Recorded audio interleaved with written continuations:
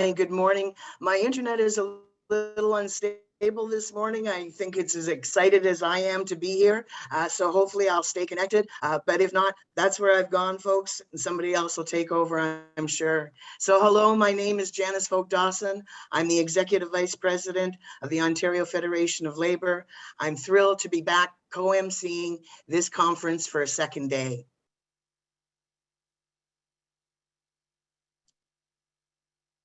Wandering, Haudenosaunee, and the Treaty Land Canada treaties. When we begin discussing recognizing the traditional territories we are on, we are confirming and must recognize Indigenous people are suffering more because of their connection to the land and series of traumatic colonial invasions they have and continue to experience. Indigenous voices, knowledge, needs, solutions, and strategies must be at the front and center and end of any gatherings or discussions labor has confronting the climate crisis. I'm extremely passionate about pensions and the power that workers have when they have a knowledge, understanding the importance of pensions. My father was a pension advocate, and the lifestyle and benefits that pensions provided were definitely significant for my family. I defend government and workplace pensions as defined benefit pension plans and advocate for a significant increase in security, which would lift many people, particularly women, out of poverty. All that to say, I'm very excited for the pension panel this afternoon. Now, it's my great pleasure to introduce my co-MC, Michelle Johnson, President of the Society of United Professionals, which represents more than 8,000 Ontario professional workers. A proud Métis woman from Timmins, Ontario, Michelle has burst through the glass ceiling throughout her more than 30 years in the provincial hydro sector. Prior to becoming prior to becoming the Society's president in 2021, Michelle served as the Union Secretary Treasurer and Executive Vice President of Policies.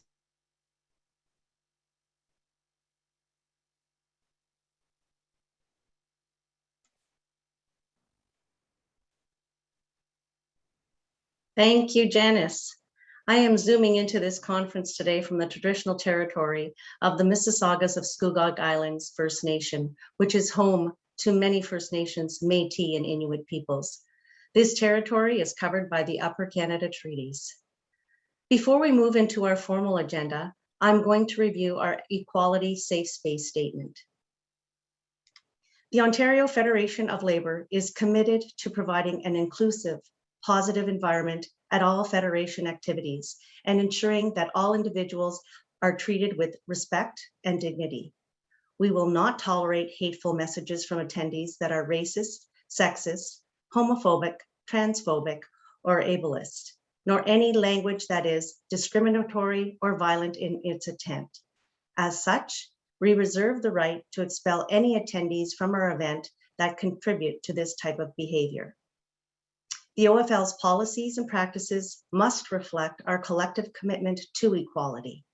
Our work must demonstrate that all persons deserve dignity, equality, and respect. Wow, what a phenomenal start to Ontario Federation of Labor's conference, Labor Confronts the Climate Crisis, last night.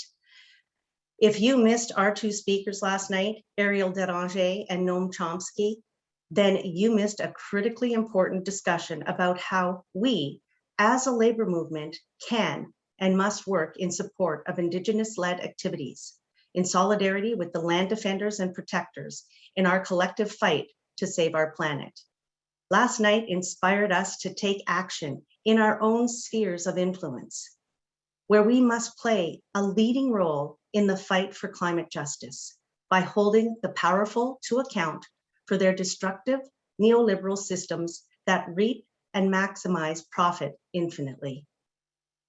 There was recognition that we have the power as workers to make these needed shifts away from destructive dependencies and towards a just transition, a Green New Deal to protect and really to save Earth and humankind from distinction. It was truly a great introduction to today's agenda, where we will also be shifting our focus toward understanding the science and the war we must wage, but also discussing what role that our pensions play in the equation. Can pension funds be more than just a vehicle for worker security and retirement, or a source of capital for the further degradation of the lands that we all inhabit? What role do pensions play in the fight for climate justice? Now, not to worry. If you missed last night's session, we will be sharing the video footage and using it as a tool to build our collective power as workers and for the fight ahead. The timeliness of the OFL's upcoming convention, Our Future, Our Fight, has never been more clear. I do want to acknowledge the Council of Canadians, Climate Code Red Week of Action, and the countrywide calls for just transition legislation in the first 100 days of Parliament. I know that our discussions today and the knowledge we gain from a conference such as this will give us the courage and the confidence to press ahead and to take action ourselves as workers, where we can and while we still can. I'm now going to pass it back over to Janice to get us underway.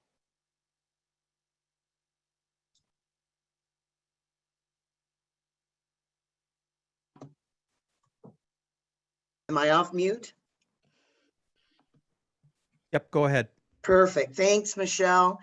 Now we're going to play a short film by Intercept, narrated by Alexandra Ocasio-Cortez and illustrated by Molly Crabapple. It looks at what our future could look like if we actually pulled off a Green New Deal and asked questions like, what if we decided not to drive off the climate cliff? What if we choose to radically change course and save both our habitat and ourselves? We hope you enjoy it. Technician, roll the video, please.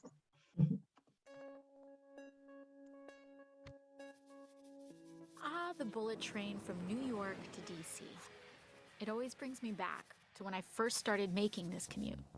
In 2019, I was a freshman in the most diverse Congress in history. Up to that point, it was a critical time. I'll never forget the children in our community. They were so inspired to see this new class of politicians who reflected them, navigating the halls of power. It's often said, you can't be what you can't see. And for the first time, they saw themselves. I think there was something similar with the Green New Deal. We knew that we needed to save the planet and that we had all the technology to do it, but people were scared. They said it was too big, too fast, not practical. I think that's because they just couldn't picture it yet. Anyways, I'm getting ahead of myself. Let's start with how we got here. 1977, New York. A senior scientist named James Black made a presentation about how burning fossil fuels could eventually lead to global temperatures rising 4 or 5 degrees Fahrenheit. Within 2 years, one of the world's biggest supertankers was outfitted with a state-of-the-art lab to measure CO2 in the ocean, gathering more data about global warming. Guess who was doing all of this research? ExxonMobil, the oil and gas company. Oh yeah, Exxon knew this whole time, as did our politicians. 10 years later, James Hansen, NASA's top climate scientist, told Congress he was 99% certain that global warming was happening and caused by humans. That was 1988, the year before I was even born. So did Exxon listen to the science, including their own? Did they change business models, invest in renewables? No, the opposite. They knew and they doubled down. They and others spent millions setting up a network of lobby groups and think tanks to create doubt and denial about climate change. It was an effort designed to attack and dispute the very kind of science they themselves had been doing. And it worked. Politicians went to bat for fossil fuels, and these massive corporations kept digging and mining, drilling and fracking like there was no tomorrow. America became the biggest producer and consumer of oil in the world. Fossil fuel companies made hundreds of billions, while the public paid the lion's share to clean up their disasters. We lost a generation of time we'll never get back. Entire species will never get back.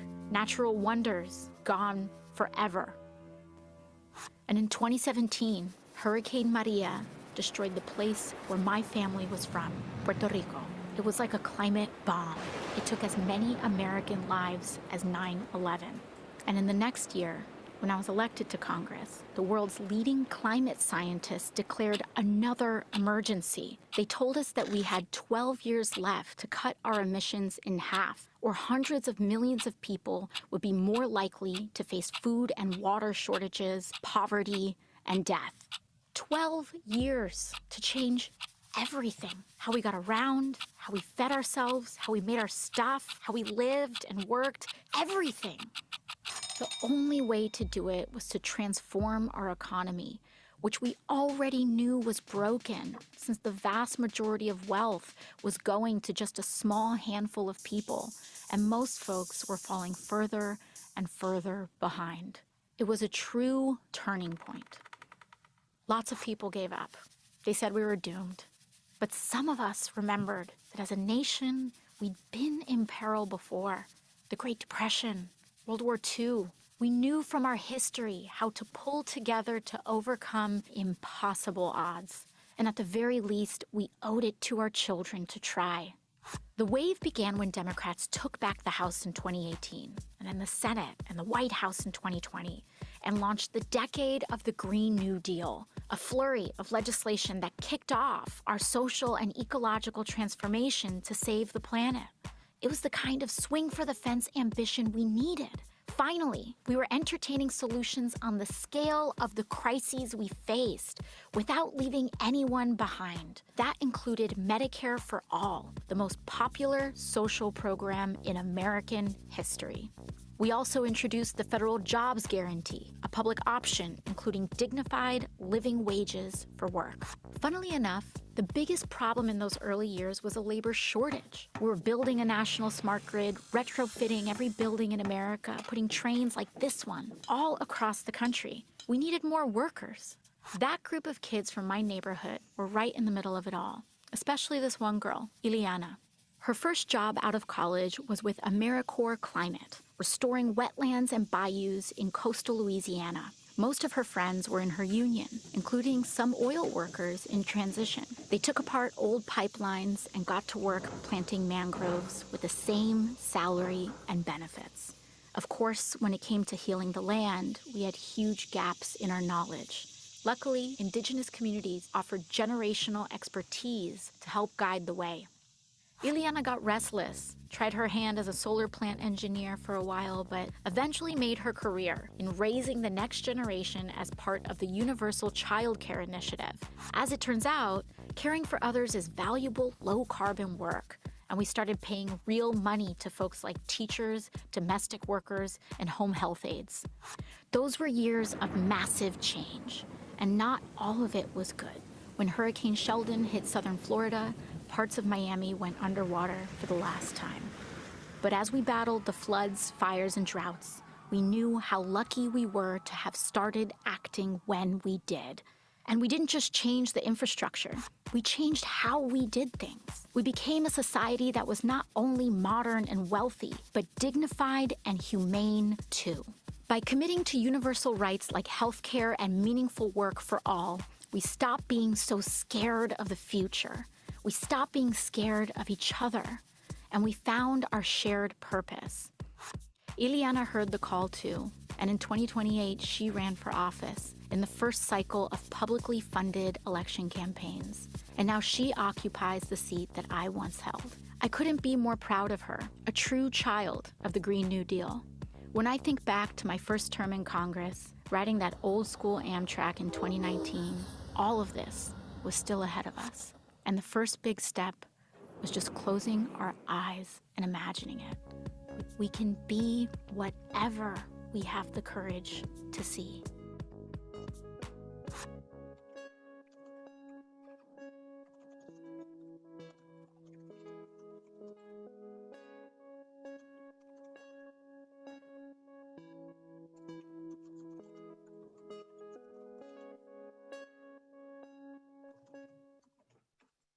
Wow, I love that video. Every time I see it, I play it again. I love the creativity, the message, and most importantly, the hope it brings. Now I have the pleasure of introducing Professor Simon Donner. Professor Donner is an interdisciplinary climate scientist and a professor in the Institute for Resources, Environment and Sustainability and the Department of Geography at the University of British Columbia, where he teaches and conducts research at the intersection of climate change, science, and policy. We were drawn to Simon's interactive and engaging delivery methods. During the pandemic, Simon is producing short videos for his students about key climate issues. The fun part is all of them are taken using his GoPro when he is on the move, whether it be biking, hiking, or paddleboarding. When he's not teaching, Simon is a lead author on the Intergovernmental Panel on Climate Change 6th Assessment Report and a member of the federal government's Net Zero Advisory Body.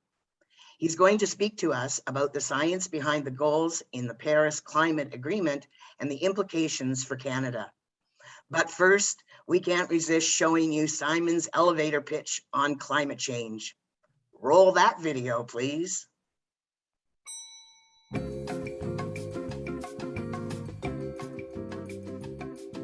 An elevator pitch for global warming, huh? Let's see. I gotta really practice this, I think.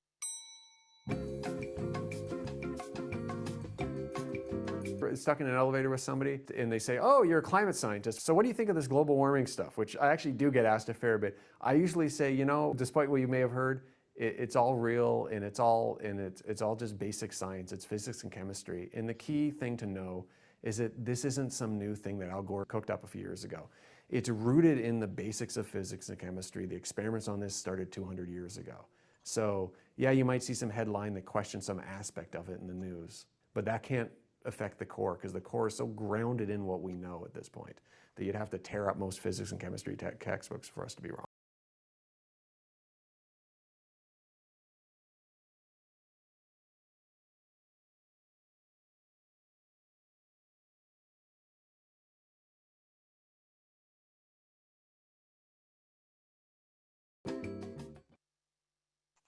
Over to you now, Simon. Welcome. Thank you so much for the very kind introduction. And I'm greeting all of you here today from the land of the Coast Salish people out in Vancouver, very wet Vancouver, British Columbia today.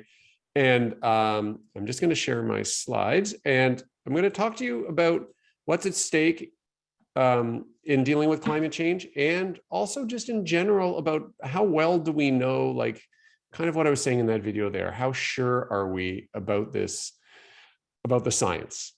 And so as a climate scientist, you know, when events like this happen, they affect, this was the aftermath of the fire in Lytton, British Columbia, where the national temperature record was broken this summer during a heat wave. These events affect everybody. When these events affect everybody, nobody really, what we're learning is really insulated from climate change. And when these things happen, if you do what I do for a living, you get a bunch of questions. And the questions are usually along these lines.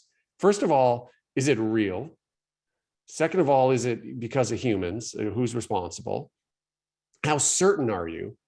And the last question is some amalgam of a bunch of different things, including, is it dangerous? What should we do? What's going to happen? And which I kind of summarize here as sort of, is it dangerous? And I'm going to sort of go through these one by one and then talk a little bit about the implications for Canada and the choices we have to make.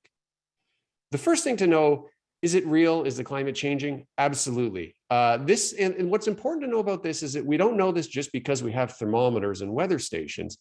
Even if we had never invented the mercury thermometer, there is very clear physical and biological evidence that the climate is changing. You can literally see it. One of the things I've had the good fortune to study over the years is how climate change affects tropical corals. Now that seems a very, very exotic thing for a Canadian to study, but the reason is corals are so sensitive to climate change that they're a good marker. And so when a coral reef is exposed to unusually warm temperatures, it turns white. And so you can physically see this happening more often over time, right? So even if we didn't know that the oceans were warming, we would see its effects, right? And this is summarized in the Intergovernmental Panel on Climate Change report that came out in 2014. They said the warming of the climate system is unequivocal. There was no conditional language used. Usually in these reports, it'll say, oh, it's extremely likely or very likely, which are terms that have a statistical meaning, that there's some percent chance it's correct. In this case, they're saying the warming itself is unequivocal. And as I'll talk about, that statement's even been updated further in the report that came out in August. And one of the things that are really important to say here is that scientists come to this from replication. The real key to science is people repeating your work to check whether your assumptions were good and whether if you change those assumptions, the same result will be found. And so I'm just showing you here, this is a graph of global average temperature. It's a departure from normal. That's why the numbers look small, and how it's changed over time since the late 1800s. And what's important to want to show you here is not the increase, it's the number of lines. Each one of these is a different research group around the world that said, we're not sure we like the way the rest of you are averaging together the numbers from the different weather stations. So we're going to repeat it ourselves. And you find the results are very similar. That's what's powerful here. What's most interesting is this line, the orange line that I highlighted from Berkeley. You can't really separate it from the other lines. That came about because of a scientist at the University of California, Berkeley, a physicist who was a bit skeptical about climate change, didn't trust the way other scientists were doing the work, got funding from the Koch Foundation. I think people have probably heard of the Koch brothers before, to do this, to try to repeat the answer, assuming that they would find something different. And after 2 years of work, they ended up with a result that's almost identical to everybody else's, right? And so that replication is what provides scientists the confidence that climate change is real, right? That this is really changing. And it's important to know it's not just the atmosphere. The atmosphere is really just the tip of the iceberg. So if you're if you've studied physics like I do, you might want to take temperature and convert it into sort of energy, like how much total amount of energy is being held in the system, right? Because we've added greenhouse gases to the atmosphere. This is the energy change in the climate over the past few decades. The atmosphere is that little pink line at the difference. So all of that climate change that you and I have been feeling is just the tip of the iceberg. The oceans are actually absorbing way more heat than the atmosphere does. And that's just because of physics. Oceans, the water's good at absorbing energy. But it just shows you that the entire climate system has been changing. It's not just what we feel in the atmosphere. The second question was, is this us, right? Is it due to human activity? And that, again, I'm going to the quote from 7 years ago, but I'm going to update it for you. The scientific community in the international report said that it's extremely likely, which means a greater than 95% chance that human activity, burning fossil fuels, cutting down forests, et cetera, are the driver of the warming that we've seen. And what's important to understand about this is, like I was said in that video, the greenhouse effect is not new science. It is really old stuff. This is a paper published in 1896 by the Swedish chemist Svante Arrhenius, in which he calculated. It was already known at that point that carbon dioxide was a greenhouse gas that contributed to the temperature of the planet, that if we didn't have greenhouse gases in the atmosphere, the planet would, the average temperature would be below zero. So he did a calculation to say, how much do I think the planet would warm if we doubled the amount of carbon dioxide in the atmosphere? And he got an answer that was different than what we get today, but not that far off. And just shows that with the core science of this has actually been understood for a very, very long time. And of course, what's changed is the signal. We've added so much greenhouse gas into the atmosphere from burning coal, burning oil, natural gas, from land use change, and from creating cement, that we can now, as time passes, have more and more data showing us the magnitude of these changes in the atmosphere and sort of more and more evidence. And the evidence, it doesn't just come from calculations we do in computer models, and that's a common misconception. It actually comes from the patterns of warming on the planet.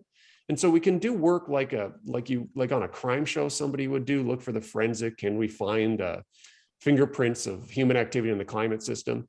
And there's some interesting examples of this, right? And so for one of them is that if you look at the temperature change in the atmosphere, so this is just for the past 4 decades, you notice that the warming, where it's above zero, it's in the lower part of the atmosphere. But when you get above 15 kilometers up, it's actually been cooling. And so the interesting thing about this is like finding a fingerprint. If, for example, the planet was warming just because the sun was getting hotter, then molecules in the atmosphere would be absorbing that extra sunlight and the whole atmosphere would be warming. Whereas if it was caused by greenhouse gases, well, it would only happen in the parts of the atmosphere where we find greenhouse gases. And guess what? That's in the lower atmosphere. So this is kind of like a smoking gun, pointing specifically to greenhouse gases as being the driver of warming.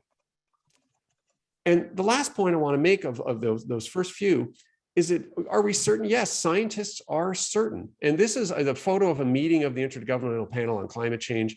I've been honored to get to be a part of it during this current assessment cycle. And the first of the 3 reports in this assessment cycle came out in August. The report I'm a part of on the impacts and what we can do to adapt, that comes out in February. And this statement was the headline at the beginning of the report. It is an established fact that human influence has warmed the climate system and that widespread and rapid climate changes have occurred, which is another way of saying that when I say to you, yes, it's real, and yes, it's us, there's no conditionality to it. It's no, we think it is, it's very likely that it is. This is now, what the scientific community is saying is we don't need that language anymore. We should put this into textbooks the way we do other established canon in science. There's no real doubts about this.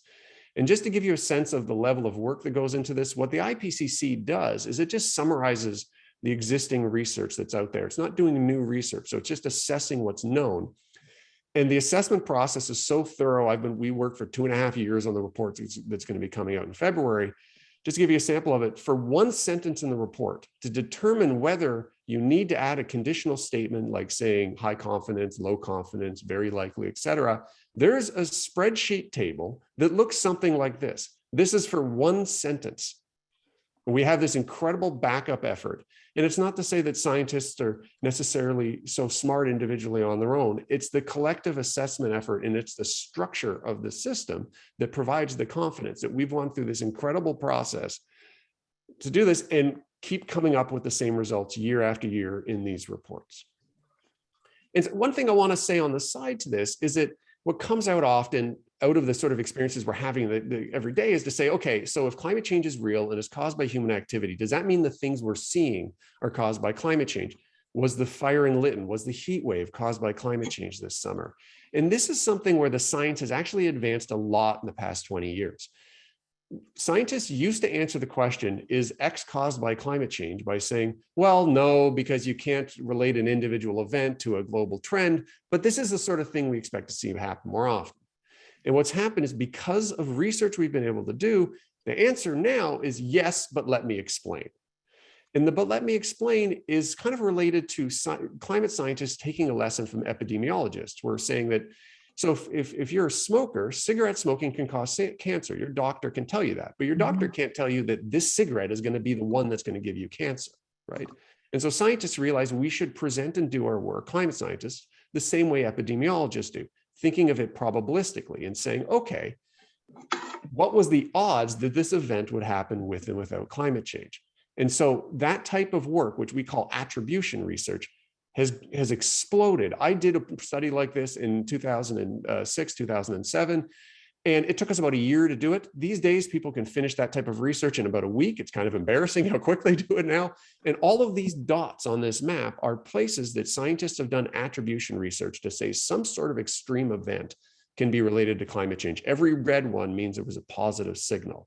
And that heat wave we had out here in British Columbia this summer, the research that was done came out a week later, said that it was 99% attributable to climate change. And more so, that the odds of that event, it was a very unusual event. It's unlikely to happen every year, but the odds of it happening goes up to 100 to 200 times more likely if we get to the point that we've warmed the planet by 2 degrees. So just to give you a sense of how much the risk of these dangerous events happening is going to be increasing in the near future, depending on the choices we make, right?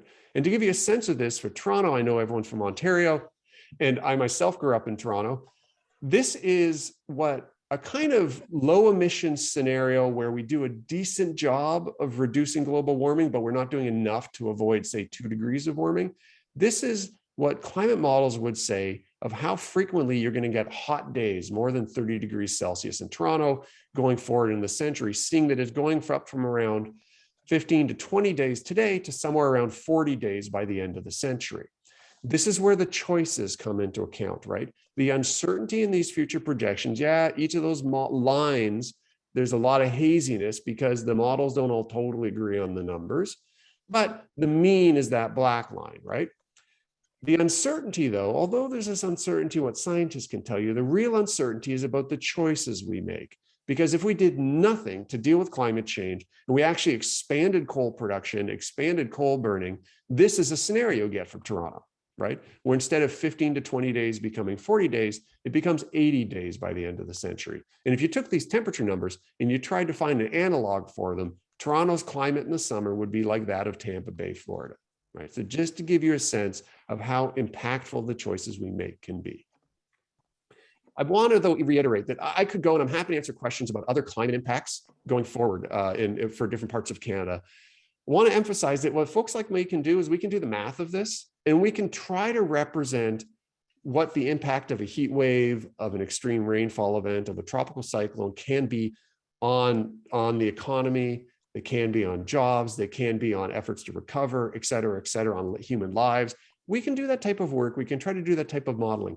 But the real cascading social, societal, and economic impacts are not things you can easily do in models. And I am one of many scientists who thinks that we're going to look 100 years from now, we're going to look back at the politics and things that happened over the past few years and say, boy, you know, there probably was some sort of small climate signal in all of this because of climate change related events that happen around the world that created unrest and led to some of the political unrest we've seen in the world today. I couldn't tell you that now based on any science, but I think historians may look back and say, wow, it's amazing we didn't connect the dots while we were there.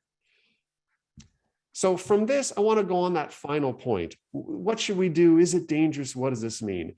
And there's something really clear I want to say here. Whether it's dangerous or not is not something that I can't tell you, because dangerous is kind of like a value judgment. When I was younger, I used to like doing things like this.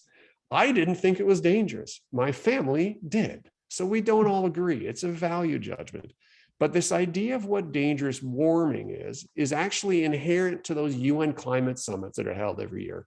The UN Framework Convention on Climate Change that was signed in 1992, that's the reason we have these annual summits and the reason we have the Paris Climate Agreement. At the core of it, its goal was to prevent what's called dangerous interference in the climate system, saying we want to stop warming before it gets dangerous for people.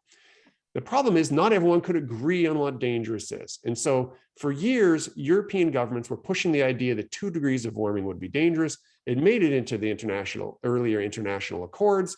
Small island developing states, including places where I've been working for a number of years, like Fiji and the Republic of Kiribati, they said, listen, we feel more vulnerable than you do. We also don't like the geopolitics of you getting to decide, and said, we want a lower number.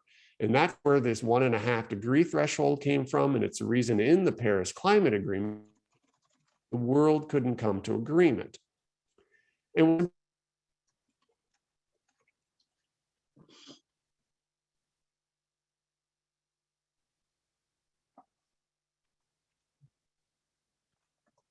in easy communicators, we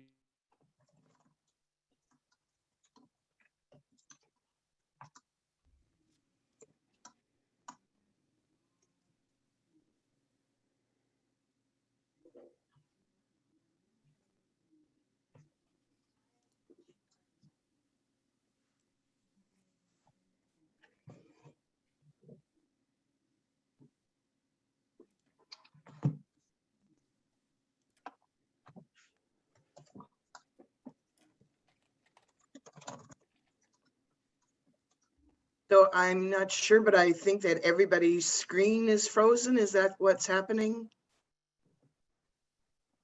We seem to have lost Simon.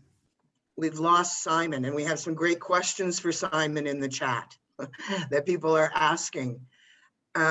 So I'm wondering, is Simon being rehooked?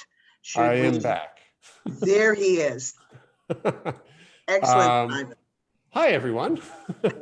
So talking about climate change, we are having what they call an atmospheric river event here in British Columbia, and it is messing with the internet. It is very wet outside right now. As I was leaving, I was just talking about the 2 different temperature thresholds and how we ended up with these. And saying that this is geopolitics as much as it is science. There are impacts that are different between 1.5 and 2 degrees, but which one is the right threshold is going to depend on the different values of different countries around the world, right? And different peoples around the world. what happened is in 2018, the scientific community put out a report about what it would take to avoid 1.5 degrees of warming. And that led to this headline that we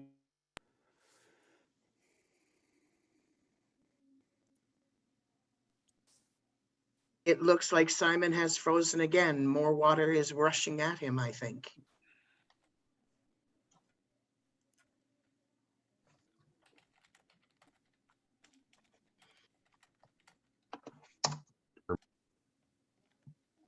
Let's give it a minute and see if he can, for Simon, we have some questions there already, but we'll see if,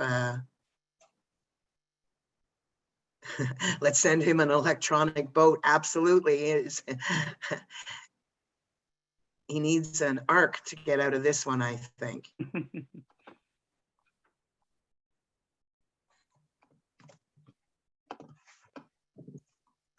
So how about we give it a minute more? I know that I see some more questions coming in. And if folks want to do that, and maybe what we can do is that if we can't get Simon back up, we could move on to the next part of the agenda. Because I believe Seth is here, and if Simon comes back on, we can take questions both for Simon and Seth at the end of that. And somebody is suggesting that maybe someone could get a hold of Simon so that he could phone in. So because we're the labor movement and we're willing to pivot, Michelle, are you there? I'm here, Can Janice. I flip it over to you, Michelle, and can we pivot to the next speaker? Absolutely, Janice.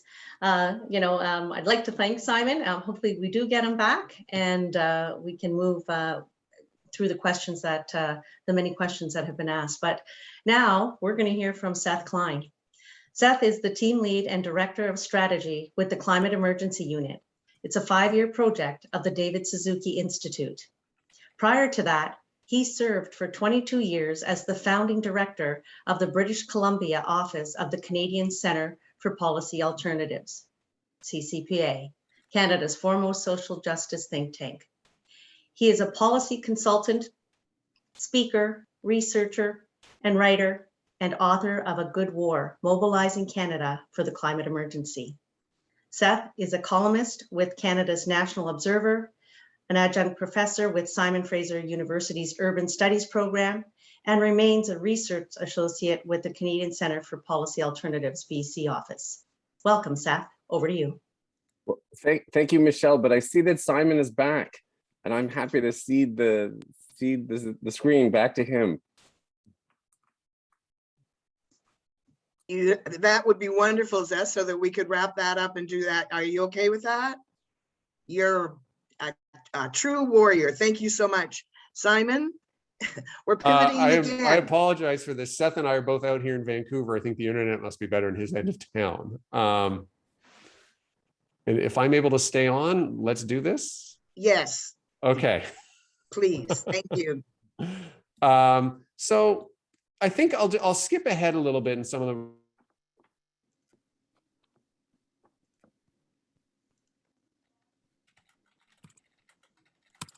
You may not be on.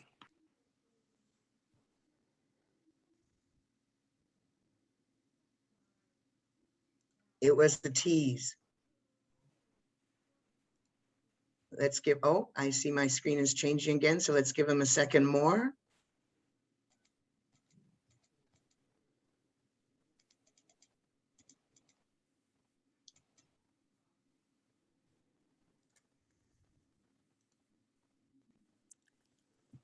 So I think that we're going to send him a number that he can dial in, so that we might be able to hold on to a connection for him. It must be vicious out there in BC right now. The internet is unstable here in Ontario, also in my neck of the woods. So should we pivot again and go back to Seth? There. Hi, everyone. Would you like me to go ahead? I think that might I will work. take my direction from you folks. Okay. Thank Well, I'm you. disappointed because, oh wait, I see Simon again. I was so enjoying Simon's presentation and learning a ton, so I'm reticent to not hear the end of it. And I see that he's back. Should we let him have another kick at the can here? So I see that Natasha and Simon are they're talking about should he dial in.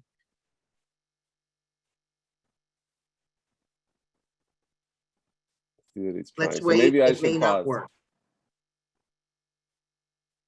It may not work. Could tech show that video of Simon in the meantime, just while we wait? Can our tech people pivot like that? Maybe. Either that or Michelle's going to start singing. Yeah, and I don't think you want to hear that.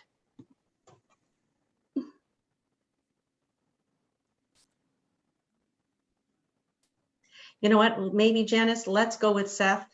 Yes. And move it on. And if Simon does get back in or is able to dial in, then for sure we'll pivot to that. But let's get Seth through this and then we'll figure out where we can go from here.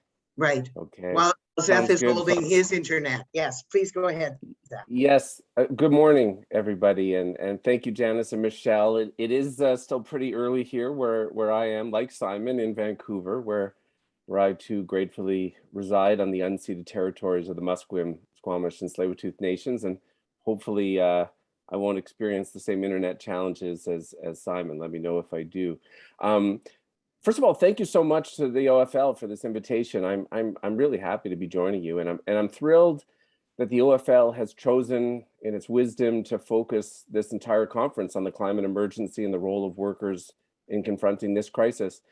And I have to say, for starters, I'm deeply honored to be on the roster with such illustrious people, heroes to me all. In fact, it occurred to me as I was getting ready that I actually mention or cite every one of them in my book, Noam, Ariel, the work of the UK's Commonwealth, Jim, Simon. So I'm blushing just to be counted among them. So you've given me the task of addressing what needs to be done. So building off the scientific foundation that Simon has just shared, I'm to provide the action plan with a special focus on you as workers and labor activists and pension trustees. And I like this gig.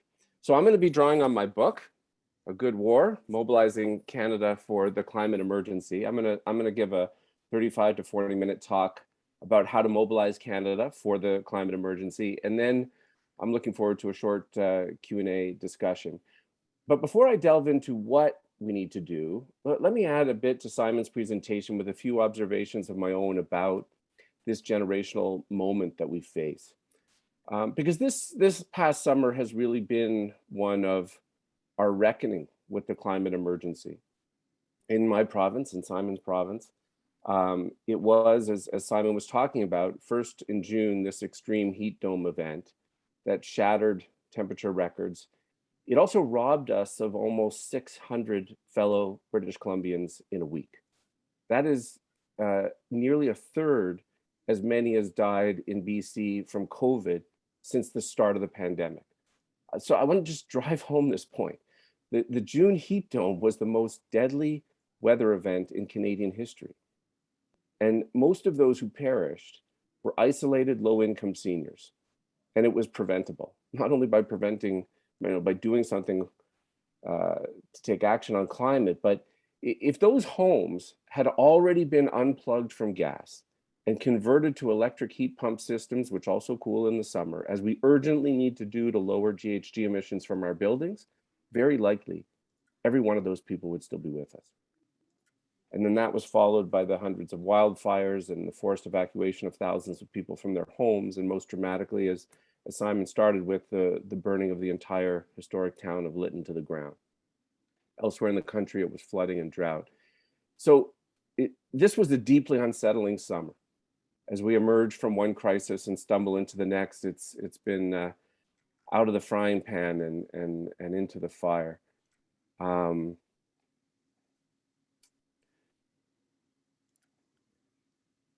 Are you seeing an image now on your screen for me? And I want to emphasize that this isn't the new normal. It is, as Simon was showing us, it's but a taste of things to come. If you thought the last 18 months of pandemic living were disruptive, you ain't seen nothing if we don't get serious about the climate crisis. And as disruptive as COVID has been, I want to note that it didn't, in Canada anyway, upend our food and water systems the way the climate crisis will. And as anxiety producing as the pandemic was, it didn't have the physical effects that extreme heat does. You know, in the pandemic, particularly in its early days, you know, we all remember how we gathered at 7 o'clock every night and banged pots and pans. Most of us became our best selves. But extreme heat messes with our brains and with our capacity to cope just when we most need to call upon our best selves. So make no mistake, friends. We need to confront, we indeed confront an emergency. And if we fail to act quickly, then over the course of the coming decades, things get very grim. A world that is unlivable and catastrophic for many, deeply uncomfortable and disruptive for all others, and quite possibly ungovernable. It is an ecological crisis, but, and I want to emphasize this point to you all as labor activists, it is just as equally a human and social justice crisis and a civilizational threat. And that's the last of the scary news you're going to hear from me today. Instead, for all of you feeling like me, deeply anxious, let me offer two reflections from my study of emergencies, my book study of the Second World War, this shared experience we've all had in this pandemic and this period of climate emergency. Two observations that I hope provide some solace. The first is this: all emergencies start with a period of denial. Let me repeat that. All emergencies start with a period of denial. But then my second observation is that at some point, some sort of alchemy occurs, a special combination of events and leadership that shifts the popular zeitgeist and moves us into emergency mode. And then these emergencies, once recognized, transform us. They transform our society, our social relations, our labor relations, our economy, and our leaders. Think about that with respect to all three of these emergencies, right? Think about Canada at the brink of the Second World War. Both the public and leadership were in denial. Despite Canada's war declaration in September of 1939, it's worth recalling that even as the winds of war gathered in the late 1930s, our leaders were reluctant to recognize what would ultimately be necessary. And even once war was declared, the early period was described by historian Jack Granatstein as one where the government wanted to prosecute a limited liability war. And historians described the first 9 months of the war, they dubbed it the phony war. And if you would ask Canadians in 1938, you know, this gang in Mackenzie King's cabinet, do they have what it takes to completely transform Canadian society and the economy? I'm quite certain that most Canadians would have said, no, not this gang, they don't have it in them. And they had no reason to believe otherwise. And yet they would have been wrong, because then this alchemy of events and leadership, the events like the fall of France 9 months in, but also leadership that shifted the public opinion and got everyone to rally. And then think about the pandemic, about COVID. And remember how all of us, we first started to hear about this new virus 20, 21 months ago, and we were all in denial, weren't we? About how it was about to upend our lives. And then that alchemy of events and leadership, right? I remember the cancellation of the NBA season. I don't even watch basketball, but I remember when they did that, and I remember thinking, whoa, this is different. But I also remember, I know that it took seeing our prime minister in front of his house every morning. That communicated emergency.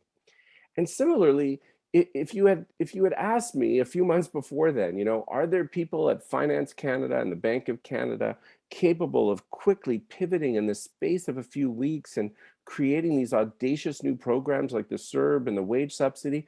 I would have told you no. There's no one home there who thinks that way, and I would have been wrong. And then we come to the climate emergency. And at some level, we're all almost still in some state of denial, right? Not ready to leap into this grand transition. And certainly our political and business leaders are also, for the most part, still in denial. Not in denial about the reality of human-induced climate change, but in denial about what confronting it actually requires. we're all still making these little futile bargains with the laws of nature. Please, just a little more time with this vehicle, or please, just a few more barrels of oil, or my favorite right now, please, just let us have this pipeline and we'll use the money to fund the transition. The alchemy's first ingredient, the transformative events, those are already occurring. That's what these extreme weather events are, these attacks on our soil. Although unhelpfully, they don't all occur at the same time everywhere, and so we aren't all galvanized at once. But the alchemy's second ingredient, the leadership, is not there yet. But so it was in 1939. Canada was on the cusp of being completely transformed by its Second World War experience, yet right up to the 11th hour, our government and most of the public still hoped to avoid getting dragged into that fight. And that's where we find ourselves in this similar awkward period today. This is the time of our phony war. 2 summers ago, the Trudeau government passed a climate emergency motion in the House of Commons one day, and then proceeded with reapproving the Trans Mountain Pipeline expansion the very next day. That's a dynamic I call the new climate denialism at play. It's a concept I unpack in the book. But as with the Second World War, I'm convinced that this phony war period won't last, that indeed it's about to end. Most of us know that the battle for our lives must soon get underway. And most of our leaders in government and industry and managing your pension funds are now talking tough on climate. But indeed, they aren't there yet. Like I said, I'm so glad that you're having this important conversation. This is the honest and hard conversation working people need to be having. And I'm going to say a few things this morning that some of you are going to find provocative. A big change is coming, friends, and workers and unions need to get ahead of the curve. Just last May, we saw the international agency, no less, that the IEA is the global think tank created in the 1970s by and for the oil industry, and upon whose reports the Trudeau and Scott Moe and Jason Kenney governments have justified their new fossil fuel projects. The IEA said, if we are to keep global temperature rise at safe levels, all new fossil fuel developments and all new fossil fuel infrastructure needs to stop as of now. The IEA repeated this clear call just this past week ahead of the UN COP meetings in Glasgow. So, to tie the future well-being of working people to these fossil fuel industries, whether it's oil and gas in Alberta or Saskatchewan or Newfoundland, or gas plants in Ontario, or the expansion of gas-powered vehicle lines, is to consign people to a life of tumult and job loss and uncertainty. We need to be offering something else. We need to be offering a bold and ambitious and hopeful Green New Deal that leaves no one behind. My book, I believe, calls on us to adopt an entirely new and different approach to the crisis than the one that we've pursued to date. And while I've endeavored to tell the truth about the severity of the crisis, I've been gratified that for the most part, people are finding the book unusually hopeful. Its original twist is that, as the title suggests, and as I've alluded to, the book is structured entirely around lessons from the Second World War. Just going to screen share another thing.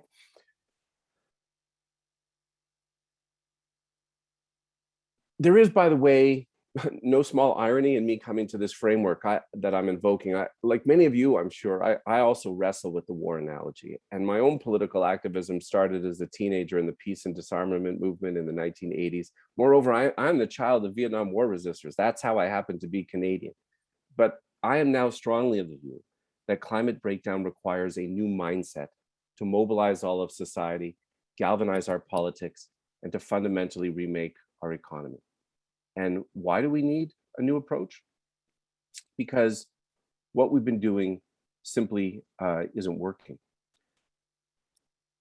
This slide shows Canada's greenhouse gas emissions going back the last 20 years, with a little hat tip to Greta Thunberg, whose apt description of climate promises to date was so much blah, blah, blah. Now, let this chart sink in. What you basically see is a flat line. Our GHG emissions plateaued at an historic high. To put this in the language we now understand from the pandemic, we have failed to bend the curve. By the way, if I showed you Ontario's chart, you'd see a nice drop between 2005 and 2010 as you close down your coal-fired electricity plants, but then it plateaus again. But the bad news for you folks in Ontario is that all your good work a few years ago has been undone by the continued expansion of oil and gas extraction elsewhere in the country, leading to the flat line that you see. In short, we are not on a path to stave off a horrific future for our kids and future generations. We have run out the clock with distracting debates about incremental changes. And where it matters most, actual GHG emissions, we have accomplished precious little. And now here we all are, staring down this harrowing gap between what the science says we must urgently do and what our politics seems willing or capable of entertaining. And somehow we've got to kickstart something new. Now, I didn't actually start off planning to write a war story. My book project began as an exploration of how we can align our politics and economy in Canada with what the science says we urgently need to do to address the climate emergency, and it is that. I'd initially planned to include only a single chapter on lessons from the Second World War, because I'd long been intrigued by the war as an example of rapid economic transformation. But as I delved into that work, I began to see more and more parallels between our wartime experience and the current crisis, and ultimately decided to structure the whole book around those wartime lessons, because I see in that history this helpful and indeed hopeful reminder that we have done this before. We have mobilized in common cause across class and race and gender to confront an existential threat.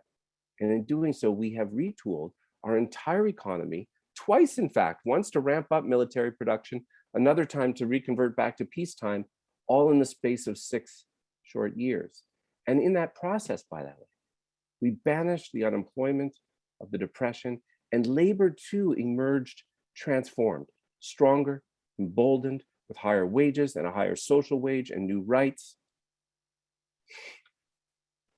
Since releasing my book a year ago now, in every interview and talk, I'm invariably asked, how do you know when a government actually gets the emergency? And in trying to answer that question, it forced me to distill this 400-page book into what I now call my 4 markers of emergency. And they're the framework that we employ at the Climate Emergency Unit, which is where I now do my work with the David Suzuki Institute. So I want to give you my 4 markers for when you know that a government has shifted into emergency mode. But let me say, before I show them to you, that while they were written with an eye to governments at all levels, they apply just as much to any large institution, an economic sector, a crown corporation, a university, a union, a pension fund, a faith institution. So let me just call them up. There you are. You know when a government has moved into emergency mode when it spends what it takes to win, when it, number 2, creates new economic institutions to get the job done. 3, it shifts from voluntary and incentive-based policies to mandatory measures as needed. Number 4, tells the truth about the severity of the crisis and communicates a sense of urgency about the measures necessary to combat it. You know, it's striking to me that during the Second World War, the Canadian government did all of those things, big time. And likewise, in response to the pandemic, we can quibble about the timing and degree, but I would actually say that our government's actually hit all 4 of those markers. But with respect to the climate emergency, so far anyway, neither our federal government nor any provincial government of any political stripe, it's not just that they don't hit all of the markers, they don't hit a single one of those markers. So I want to say a little more about each of these markers. And as I do, I want to offer some thoughts about what it might look like for a union or a pension fund to hit those markers too.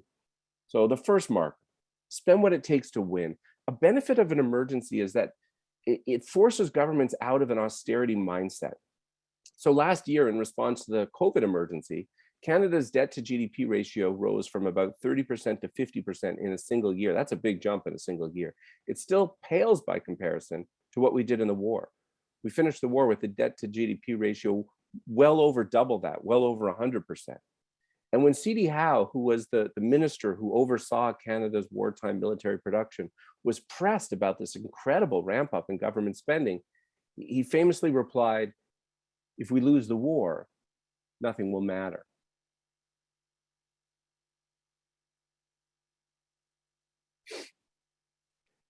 In order to finance the war effort, The government issued new public victory bonds, new forms of progressive taxation were instituted, including, by the way, a cap on profits. The kind of profiteering that we've seen in this pandemic was illegal in the Second World War.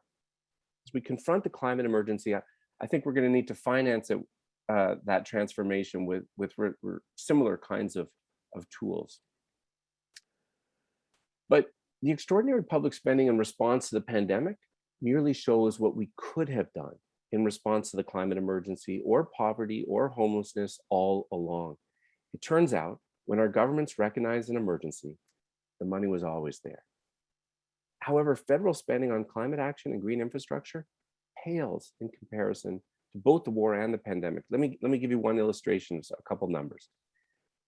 The whole first year of the pandemic, the Bank of Canada was buying up federal government securities in order to finance the CERB and the wage subsidy and the rest of the emergency response to the tune of $5 billion a week for a year. In contrast, the Trudeau government spending on the climate is about $5 billion a year. $5 billion a week versus $5 billion a year. So the Trudeau government isn't merely spending a little less than it should to face the climate emergency. It is spending less, probably by a tenfold order of magnitude. Now, what does that emergency marker mean for a union or a pension fund? Let me pose some questions to you. As a union, are you spending what you should to confront the climate crisis, particularly in your own operations? Are you bringing to the bargaining table demands that your employer do likewise? Are your institution's spending choices aligned with the reality of the emergency or incongruous? And just as we must spend what it takes to win the climate fight, we also have to stop spending on things that spell ruin for our kids and grandkids. And that means governments need to stop subsidizing fossil fuels.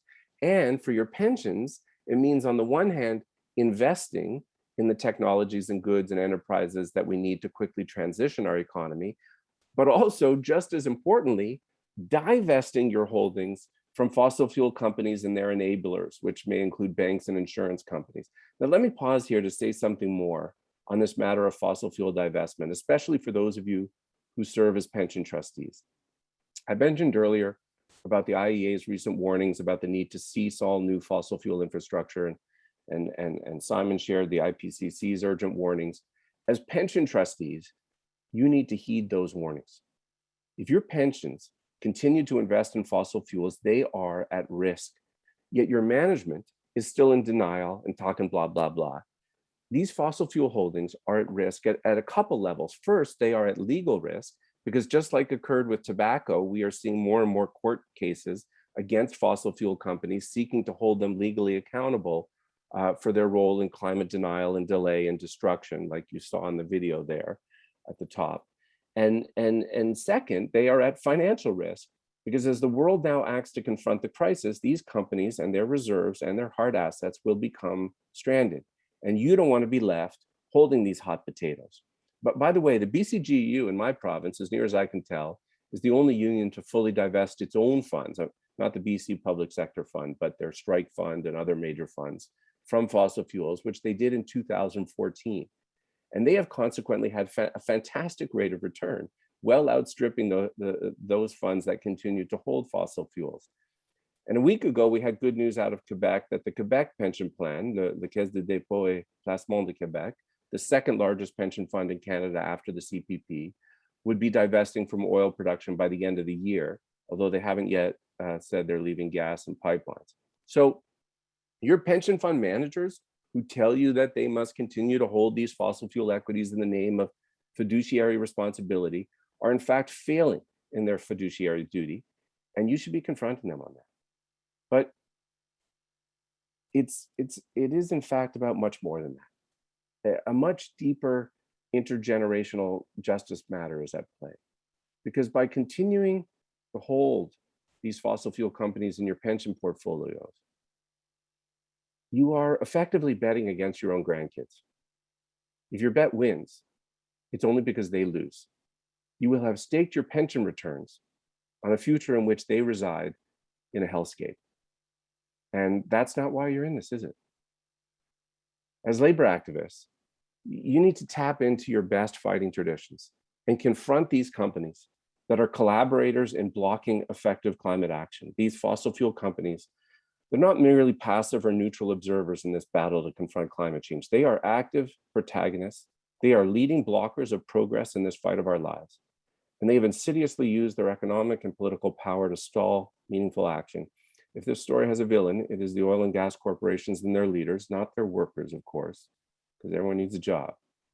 But those who have outright lied for decades about the truth of climate change and more recently have done everything in their power to systematically delay and divert the need for climate action. Take Enbridge, for example, the main gas retailer in your province.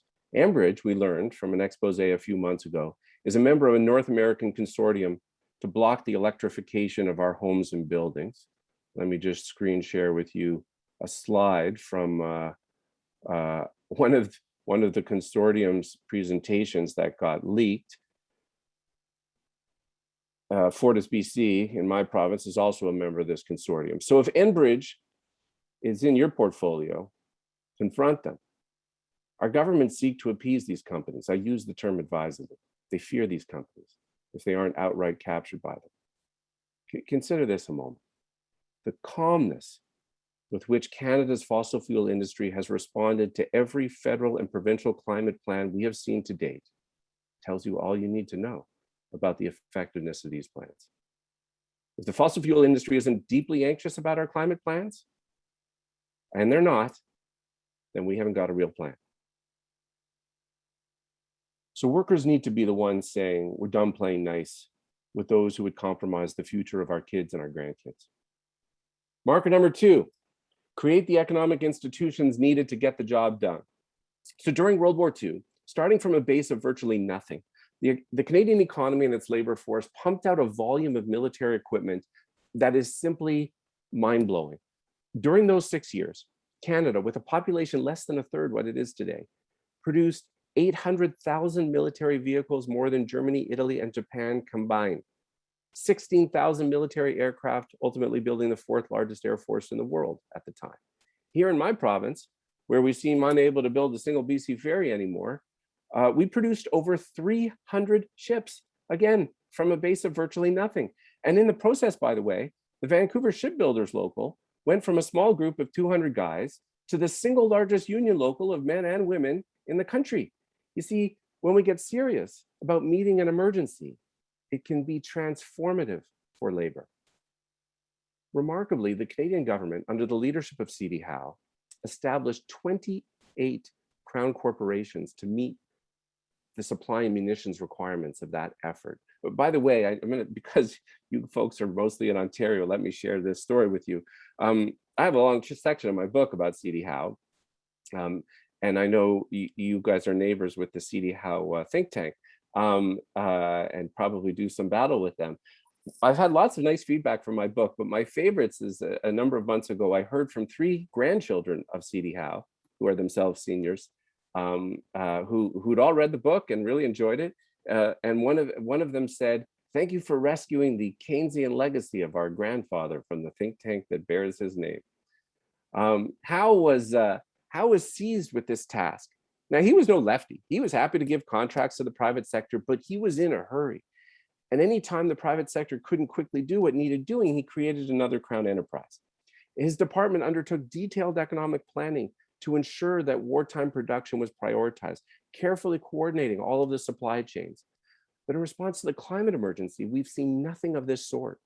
In contrast to C.D. Howe's wartime creations, the Trudeau government has established 2 new crown corporations during its time in office: the Canada Infrastructure Bank, which is really a vehicle for privatizing infrastructure that's so far accomplished very little. And you know what the other one is? I hate to tell you, it's the Trans Mountain Pipeline Corporation. It's the one that makes us all the proud owners of a 60-year-old oil pipeline from Alberta to my province. If our governments really saw the climate emergency as an emergency, it would, like C.D. Howe did, quickly conduct an inventory of all of our conversion needs and determine how many heat pumps and solar arrays and wind farms and electric buses we're going to need to electrify virtually everything and end our reliance on fossil fuels. And then it would establish a new generation of public corporations to ensure that those items are manufactured and deployed at the requisite scale. And your unions could be leading the charge for some of those new public enterprises, and your pension funds could be helping to finance them. What about municipal neighborhood renewable energy utilities, or a public corporation to mass install electric heat pumps and rooftop solar, or public high-speed rail, or what about new public retrofit agency, or a new public housing agency to mass build carbon zero affordable housing, or to reuse waste, or right to repair shops across the province. The possibilities are endless. And a bunch of these enterprises, by the way, have clear daily and monthly income streams. They can make money. I want to just explain why I fixate on crown corporations. And that's because when we don't create those agencies, the best we can do is try to incentivize somebody else to build what's needed, right? Give them more tax breaks or whatever. Think about the pandemic again. The Trudeau government did a lot of things right in the early months. What they didn't do is reestablish a crown corporation to mass produce vaccines. And so what happened? We used our economic might to outbid poorer countries to secure the vaccines that we did. That's the opposite of what we did in the war. In the war, we were the arsenal for our allies through those crown corporations. And speaking of new institutions, what about a new civilian climate corps? This was one of the really good proposals in the recent NDP platform, an idea that if sufficiently financed, can invite an entire generation of young people to meet this emergency moment with us, just as a previous generation of youth enlisted and rallied in the Second World War. Marker number 3, shift from voluntary and incentive-based policies to mandatory measures. I showed you earlier that for the last 20 years, Canada's greenhouse gas emissions have merely flatlined. Why is that? I think a major reason is that if you survey all of the federal and provincial actions to date, you know what they almost all have in common? They're voluntary. We encourage change. We incentivize change. We offer rebates and tax cuts. We send price signals. What we have decidedly not done is require change.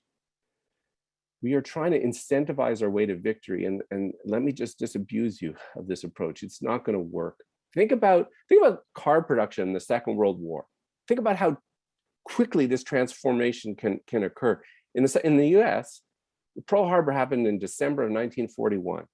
In February of 1942, 2 months later, the last civilian automobile rolled off the assembly line in Detroit, and for the next 4 years, their production and sale was effectively illegal in the USA. Now, those car companies were busy, and all those workers were working, now producing something else. That didn't happen because of the goodwill or patriotism of the big 3 automakers. It happened because they were ordered. That's why it happened. If we are going to meet the GHG reduction targets that we urgently need to meet, we need to set clear near-term dates by which certain things will be required. For example, we would declare that it will no longer be legal to sell new fossil fuel burning vehicles as of 2025. That's 10 years earlier than what the feds are talking about now. Or we would mandate that all new buildings will not be permitted to tie into natural gas lines or use other fossil fuels as of next year. That's what Vancouver's doing, by the way. That's how we'd make clear this is an emergency. Or we would simply ban advertising by fossil fuel vehicle makers and gas stations and gas companies now. Again, that's how we'd make clear that this is serious. And the same need exists for all of the companies, employers for whom you work. Every large employer needs a convincing plan with clear dates for transitioning to carbon zero. And if your governments are slow in mandating that, then maybe you should bargain it. Marker 4, tell the truth and rally the public at every turn. It takes leadership to mobilize the public. That was a key lesson from the war. It took leadership to move the public. In frequency and in tone, in words and in action, emergencies need to look and sound and feel like emergencies. And the leaders that we most remember from the Second World War were outstanding communicators who were forthright with the public about the gravity of the crisis, and yet still managed to impart hope. And similarly, that's what we've all just had modeled for us in this pandemic and the emergency communications that we've seen from our leaders. The messages are ubiquitous. We receive daily press briefings. We hear regularly from public health officials. The media has taken seriously its duty to provide necessary information on a daily basis. None of this consistency and coherence, however, is present with respect to the climate emergency. When our governments don't act as if the situation is an emergency, or worse, when they send contradictory messages by approving new fossil fuel infrastructure, they are effectively communicating to the public that it's not an emergency. If our current leaders believe we face an emergency, they need to act and speak like it's a damn emergency. Name it, speak continually about it, rally us at every turn. That's what you do in a crisis. And that, friends, is also true for you as labor leaders. Are you having those honest conversations with your members? Are you talking with them about the transformation now required? Do they, whatever their line of work, do they know and feel that they are working at an historic time of emergency? And as a union, are you speaking up strongly to provincial and federal governments demanding a real and convincing and compelling climate emergency plan? Those are the 4 markers, but I want to mention one other vital lesson from my World War II study. And I'm going to share one other thing with you. Consider it lesson 5 or marker 5, and it's a thread through my book. Leave no one behind. We've talked about it a bit already, and how that relates to the question of inequality. See, inequality is toxic to the sort of social solidarity that you need for a mass mobilization. There are a lot of climate policy purists out there who say, you know, don't link the fight on climate to tackling inequality or all these other social justice issues. Don't make it any more complicated. It's hard enough as it is. They're wrong. First of all, they're wrong because these issues are connected in many ways. The richer you are, the higher your emissions. The poorer you are, the more vulnerable you are to climate change. But also we need to link these issues because that's how we win. A successful mobilization requires that people make common cause across class, race, and gender, and that the public have confidence that sacrifices are being made by the rich as well as middle and modest income people. During the First World War, inequality and grotesque rampant profiteering undermined that kind of social solidarity. It actually undermined recruitment. It's partly why we had the conscription crisis. Consequently, at the outset of the Second World War, the Mackenzie-King government took these bold steps to lessen inequality. They brought in an excess profits tax and other progressive taxes. We saw the corporate income tax rate went from 18 to 40%. We saw Canada's first major income support programs come in the war. Unemployment insurance comes in the war. The family allowance comes in the war. This famous Marsh report, this report that would lay the architecture for the whole post-war welfare system, was written during the war and was offered up to Canadians as a pledge and a promise that the country they would return to would look different and would be more just than the one they were leaving behind. That's when the mobilization happens. That's when the recruitment numbers start to get hit. So the point in recalling all of this as we face today's threat and the need for mobilization is twofold. First, to appreciate how inequality serves as a barrier to cross-society mobilization. But second, to understand that effective mobilization, it isn't merely about building more planes or tanks or today wind turbines and solar panels. It requires policies that fulfill a promise, that we will better look after one another, and that we will guarantee good jobs and income supports to all, and that people will be treated with dignity and fairness. Because when you're asking people to share in a great undertaking, that's how you get everyone on the bus. And those kinds of measures are needed again today. And I think they find an historic echo in the appeal of the Green New Deal. What the polling shows us is that when ambitious climate action is linked to tackling inequality and a good jobs guarantee for fossil fuel workers, things like that, support for the bold climate action doesn't go down, it goes through the roof. The great appeal of the Green New Deal is how it challenges the whole jobs versus environment narrative. It turns this trope on its head and sees the initiative with a bold plan to create 1 million+ jobs, building the future economy we want and need. And the issue of leaving no one behind revolves centrally on that question of jobs. It always comes up, right? And you're going to hear more about this from Jim, but effectively there's somewhere around 200,000 Canadians who are currently employed in the fossil fuel sector. That's a lot of people, right? 200,000. But consider this. I want to give you this perspective on that number. I know you're going to hear other perspectives from Jim. In the Second World War, from a population of a little over 11 million people, over 1 million Canadians enlisted into military service, and even more than that were directly employed in munitions production, far more than are employed in the fossil fuel industry today from a population 3 times the size. All of those people needed to be recruited and trained up. After the war, they all needed to be reintegrated into a peacetime economy. And that too required careful planning and the development of these audacious new programs for income support and housing support, post-secondary training that basically doubled the size of the post-secondary sector in Canada. The ambition of those kinds of initiatives, I think, then provides a model for what just transition can look like today for all of those workers whose economic and employment security currently feels tied to the fossil fuel economy, with this special focus on those provinces and regions most reliant on oil and gas production. When we spend what we should, we can certainly create more jobs than we will be losing. But we need to make a concrete and compelling offer to people who currently feel that their livelihoods are tied up in the fossil fuel economy. I want to offer a couple final thoughts and then open this up. First is just to say, look, a change is going to come. There's going to be a transformation, a response to the climate crisis. And whether it occurs in a manner that is just and fair or unjust and repressive, that remains an open question. Past industrial revolutions, as you know well, have cared little for those whose lives were turned upside down by the change. Another is coming. Our challenge is to try as best we can to ensure this one unfolds differently. And in the face of the historic changes before us, you as labor leaders also have a decision to make, a moment of reckoning as we confront this emergency. How are you going to lead in this moment?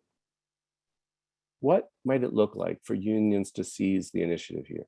And rather than merely, banging on the doors of government demanding that workers have a voice at the table on climate deliberations, what if unions instead took charge in retooling our economy and forcing our governments and employers to run and catch up? While the core duty of any union is to secure better pay and benefits and working conditions, surely at this critical juncture, equally important is the task of securing a safe future for our children and grandchildren. And given that, for every workplace your union represents, why not have the union drive the development of a carbon zero plan? Take that plan to the bargaining table. If it's rejected, occupy the workplace. Think of it as the next generation of sit-down strike, and invite local teenage climate strikers to join you in common cause. And as they do so, they will learn for the rest of their lives the power that comes from young people and workers joining forces. They'll never look at the labor movement the same way again. And you and your own children may share in an experience of solidarity that you'll cherish for the rest of your lives.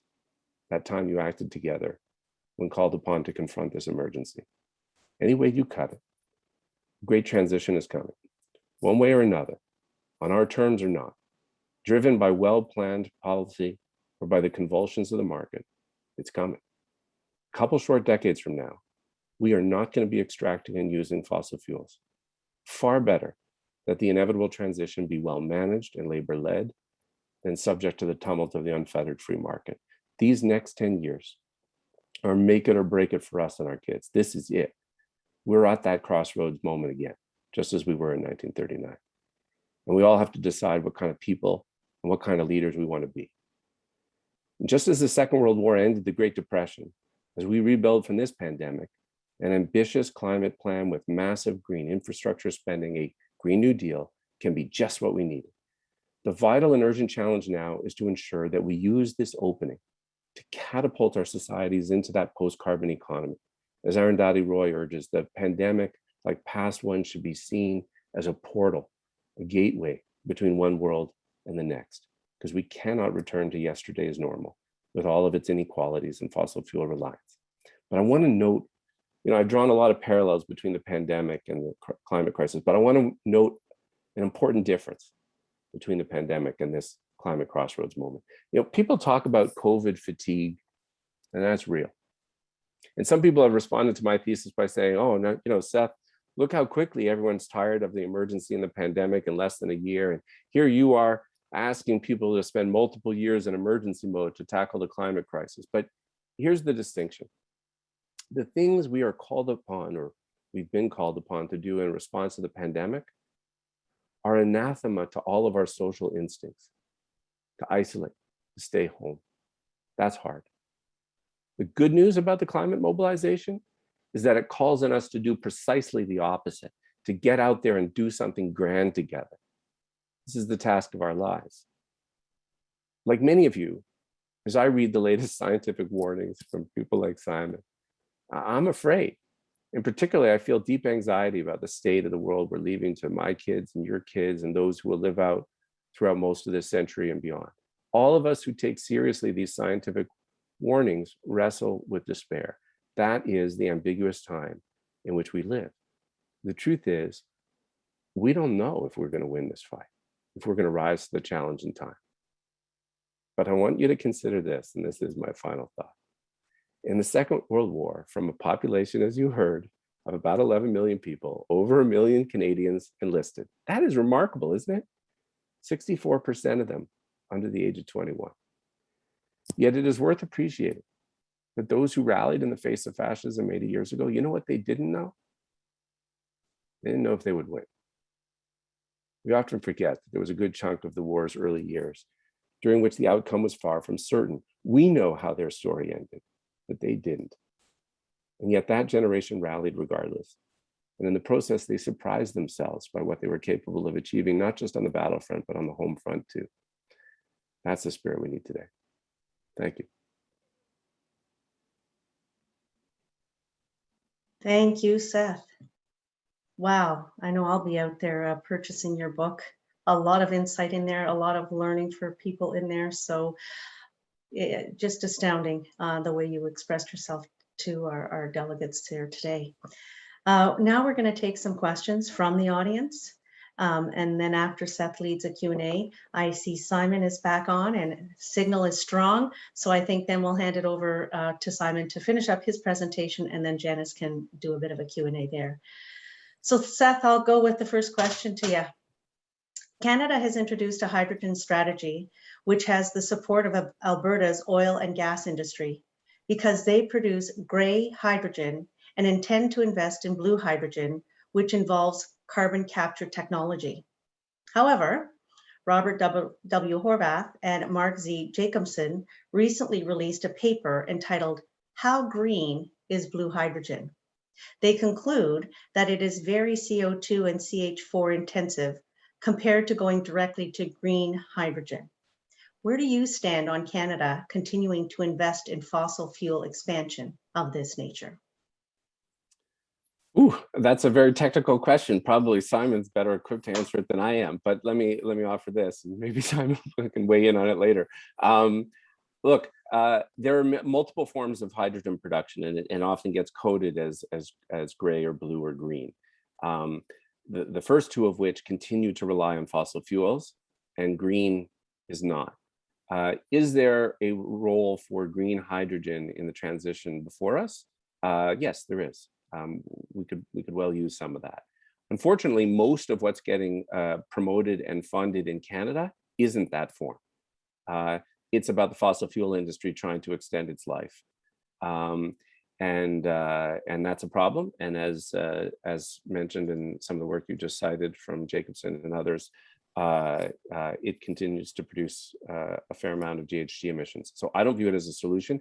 And even to the extent that green hydrogen is part of the solution, I worry there's always, I guess my caution would be, there's often this tendency that many of us feel to sort of latch on to some technological fix that will save us from, we hope, from the hard work ahead of us of the transition.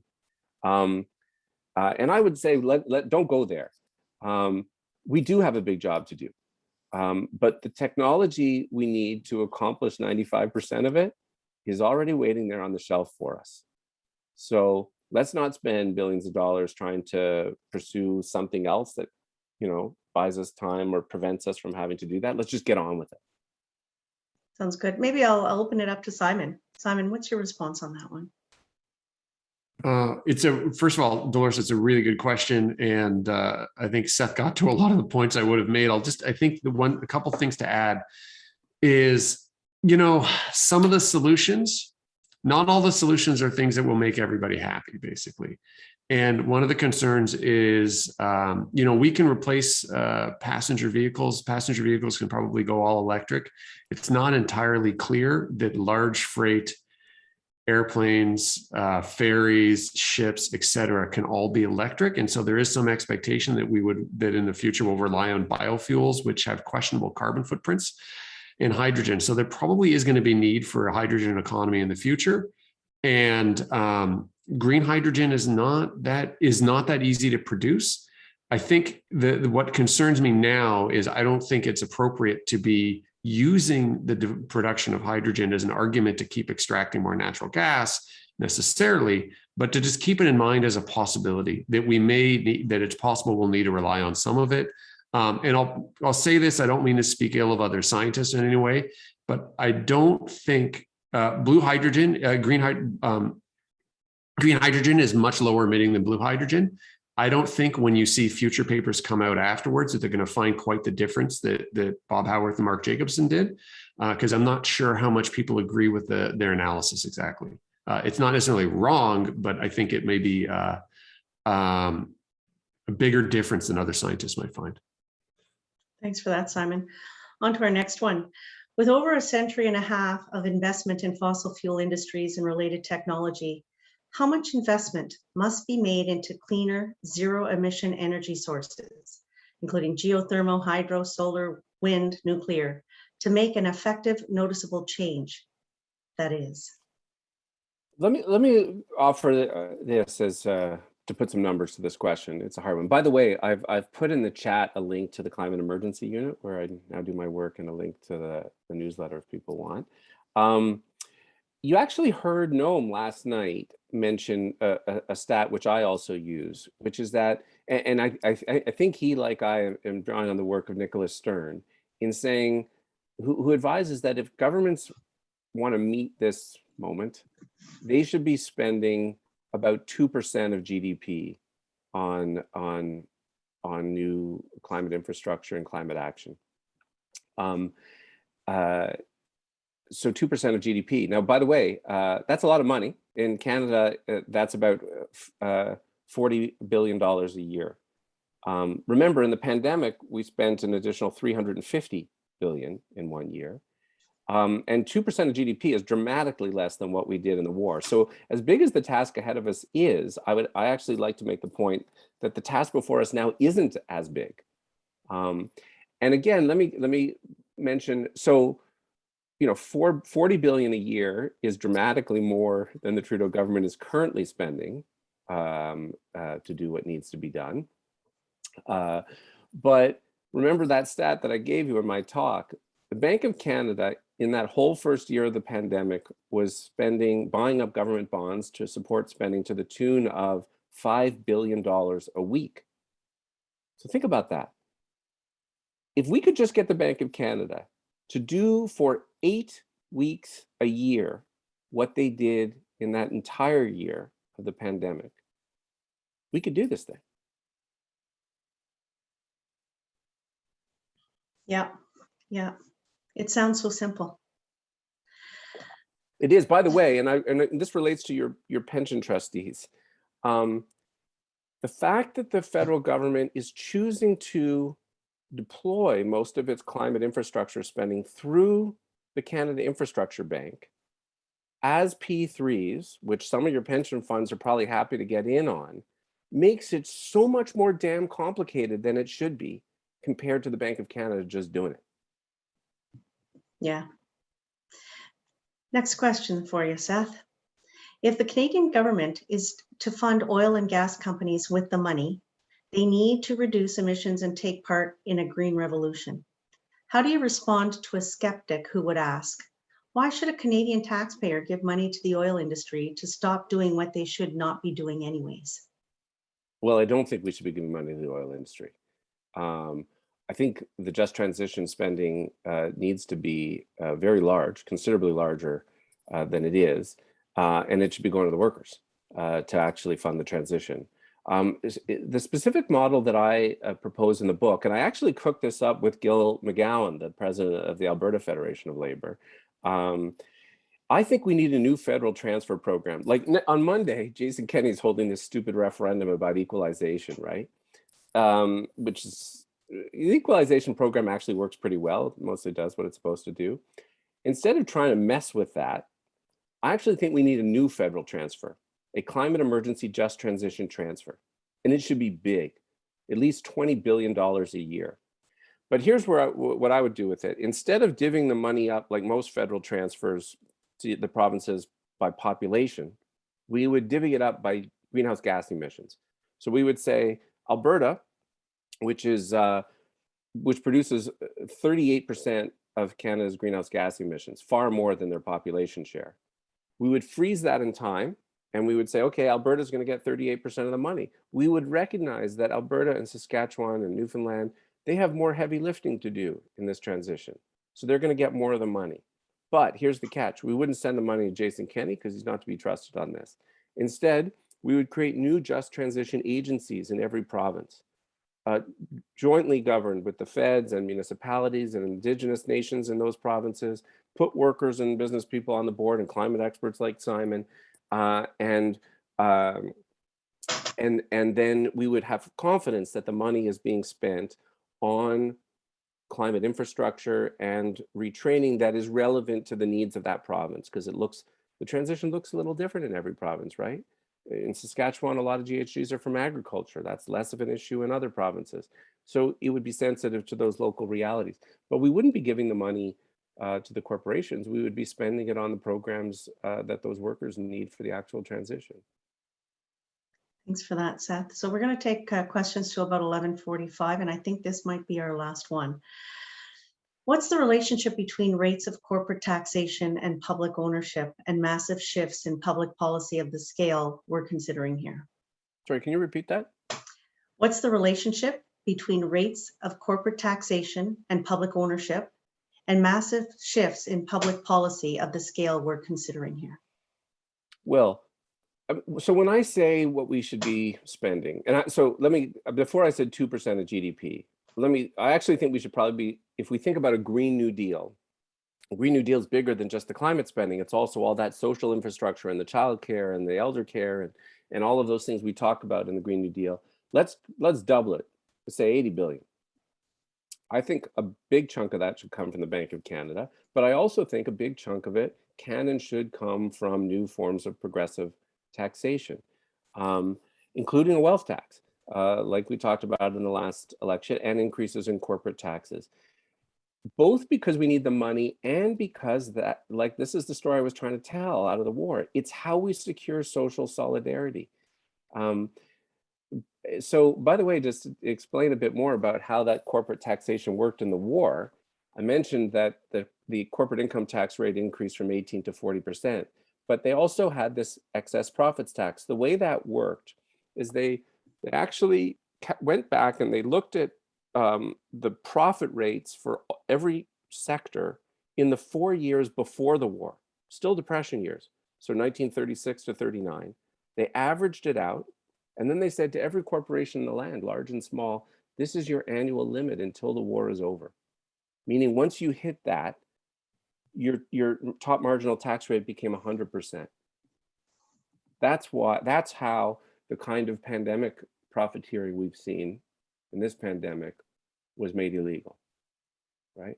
Because when people see people profiting from a crisis, it undermines social solidarity. And so that's why I think some of it is important. And then, in terms of who gets the job done, it can be a mix of the private sector and crown corporations. But this is what I so appreciate about the CD Howe story and the war, right? When you treat it like an emergency, you treat it in a hurry. And if you say this needs to be done and there's no private sector take up on it, we just say, okay, let's just do it. Excellent. Thanks for that. Before I hand it back over to Janice to bring in Simon's, finish off his presentation, any closing remarks? For me? From you. Well, this has been great. And as I said, I'm so happy you're doing this. Maybe I'll just offer, well, so first of all, people can check out the Climate Emergency Unit and get on the newsletter list. If you want to stay involved in the kinds of campaigns that we're trying to initiate, we're trying to pull together coalition tables around emergency ideas, and people can find out more about that. I'll close with this. Maybe I'll close with how I close the book. You know, there's this strange, if you watch look at your Netflix stream or go to a bookstore, there's this whole revival of World War II history, you know? There's so many books, so many Netflix movies and so on. And now why, I mean, that's fascinating to me. It drives home for me how deeply resonant this 80-year-old story remains for so many people. I think when you turn off those movies and you go to bed at night or you close the book, there's a thought in your head. And the thought is, what would I have done if I had lived then and there? But the thing is, the answer to that question is not really a mystery, because there is another civilizational threat at our doorstep, and the future of our kids are again threatened. So the answer to that question is whatever we're ready to do now. Take charge, affect change. Thanks so much, Seth. I'm going to hand this back over to Janice. Over to you, Janice. I'm busy taking notes. I've got notes all over the place again, all these great, yeah. Thanks, Michelle. We're going to try to stay connected one last time with you, Simon. Simon, would you like to finish your presentation and then take some questions? We have plenty of questions for you that are coming up in the chat, and we could take about 30 minutes for the rest of your talk and some questions and answers. I'm happy to do that. And I think with some of the questions that are there, it'll maybe be a chance, Seth, if he can stay on, I'm sure maybe able to comment on some of them. First of all, I want to apologize again for the delay in messing up the schedule. This is what happens in emergencies, I guess, and we're in a climate emergency.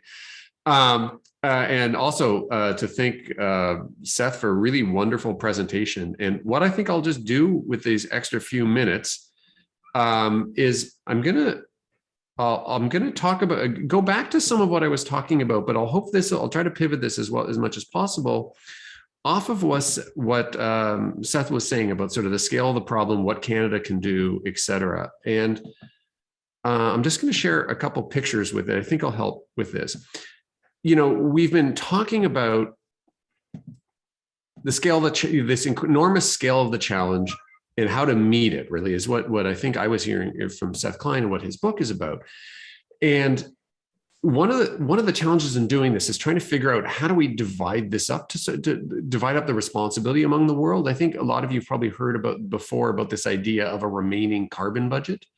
And so if, for example, we want to avoid 1.5 degrees of warming, what scientists like myself are able to do out of modeling work and everything is say, well, this is roughly about how much fossil fuel carbon you could still burn and avoid that level of warming.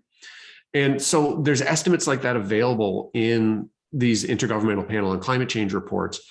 And what the challenge comes down to when you're trying to think of like policy for Canada is saying, well, like, you know, okay, there's this big pie of carbon. It would not taste as good as a pumpkin pie. And we should assume our budget is a slice of that pie. And then the question becomes of how big of a pie does Canada get, and how do you decide that? And so this is just some rough numbers to give you a sense. One way people might think about this is say, well, what fraction of the world's greenhouse gas emissions is Canada responsible for? And so in that case, if we just split the pie evenly, Canada would get a little bit less than 2% of the world pie because we're represented a little bit less than 2% of the world's greenhouse gas emissions. But of course, we are historically high per person or per capita emitters. And that wouldn't be terribly fair, would basically go against the rules in international environmental legislation of common but differentiated responsibility. The idea that countries that have been more historically responsible for the problem should do more to act, right? And so the other way you could think about it is, well, why don't we divide up the pie then based on population? It would be more equitable that way. If we did that, though, Canada gets a much smaller slice of pie, right?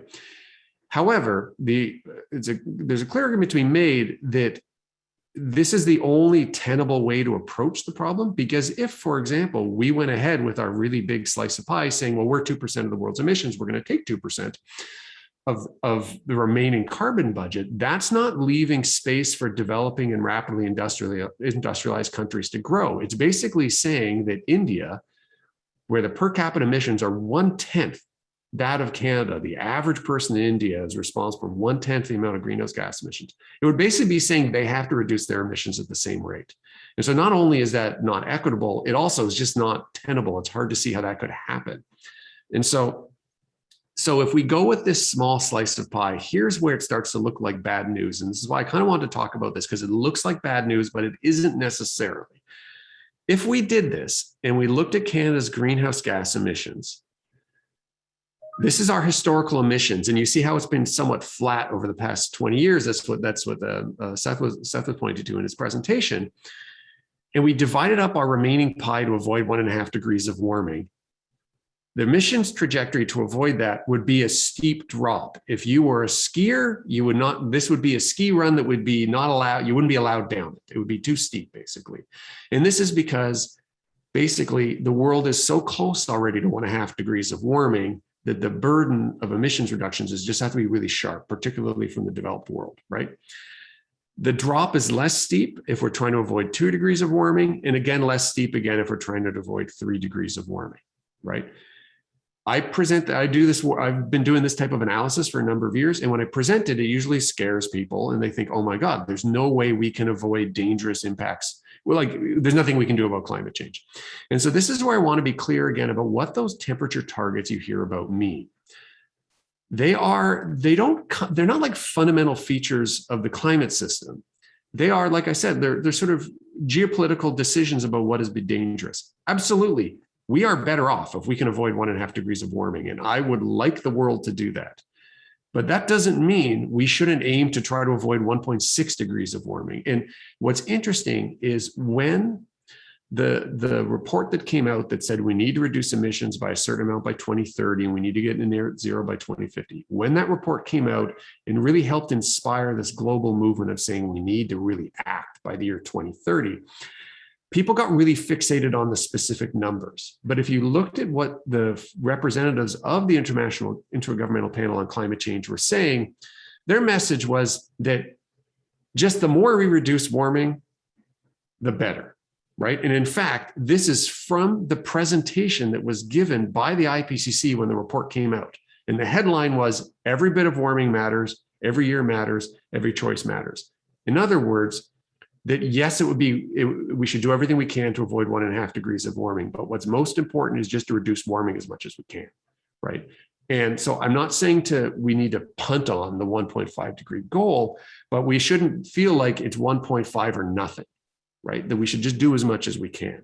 And to that end, I just want to skip ahead to a couple points. Earlier this year, the federal government, Parliament passed this bill C-12, which put into legislation that Canada's going to aim for net zero greenhouse gas emissions by 2050. If you go back to these graphs I showed, that's not enough to avoid 1.5 degrees of warming, but it is a huge commitment, right? And so I think I felt that this was a really aggressive and great piece of legislation. It says that we're going to have mandated targets every 5 years. And one of the things that happened partly as a result of this legislation is it created this net zero advisory body. So a group of people around the country that would try to advise the government on what targets should be up until the year 2050 and things you could do to get there. And I think just because of some randomness, I got chosen to be on this committee. And as part of this advisory body, we put out a report earlier this year that was just saying, what are the sort of design principles on getting to net zero? Is early on in early days, but what we did effectively is we listened to all of the groups that do modeling and analysis of what it would take to really dramatically reduce greenhouse gas emissions and tried to see what was common among all of those things. And there's two things I really want to point out on here. On the very left of the screen, you'll see one of the principles was act early and act urgently, right? And on the far right, one of them was beware of dead ends. I think these two things together are incredibly important because if you go back to what I showed you before, these slopes can be quite steep. And so even the 3-degree slope, it is you're looking at major reductions past the year 2030. Yet when we talk about climate change in Canada, we put forward this goal for the year 2030 and talk about it like it's the end point. But in fact, 2030 is just a stepping stone. We need to be reducing emissions just as fast, or probably faster, after 2030 than we do before. And what that means is we have to be careful about policies, as I've said several here, that are dead ends. Things like, and I'll give you an example of this, mixing ethanol into gasoline for passenger vehicles doesn't make a ton of sense in terms of an investment if we're eventually going to be moving to electric vehicles for passenger vehicles, right? So it's an example of a technology or an industry that doesn't make as much sense to development, at least for passenger vehicles, right? And so the way I tend to think about this, I was a baseball fan growing up, was that too much of what we design is like people trying to slide into first base. You're just trying to beat the tag from the first baseman and just narrowly beat the target that's been set for 2030. But what we need to be doing is running around the base with speed, because we need to be reducing emissions faster after 2030 than we do before 2030, which means the decisions we make today have to really have net zero, zero emissions, or as close to zero emissions as possible in mind, right? And so we need to be making that investment now. And I want to point out one thing that I think was alluded to a little bit in Seth Klein's presentation, that the choices we can make to reduce greenhouse gas emissions, particularly from fossil fuel burning, they are good ideas regardless of climate change. This is a photo from the famous London smog of 1952. Most of the actions that are causing climate change from burning fossil fuels are also the causes of most of the world's air pollution, right? Burning coal, burning oil, burning natural gas, they create smog, right? And guess what? Air pollution killed more people in the 20th century than the world wars combined.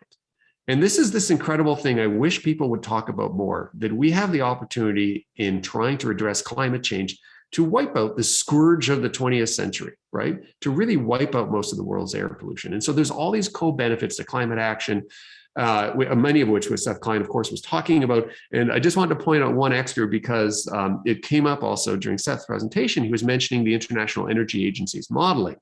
One of the key things that comes out of their modeling, and to be clear, the International Energy Agency, these aren't hippie radicals, right? Was that, guess what? Their modeling shows that the energy sector alone will gain in employment if you aim towards net zero. So there'll be more net jobs globally in energy if we actually move to shift away from fossil fuels. And so I'll leave it there, and then I'm happy to take some questions that were up in the chat.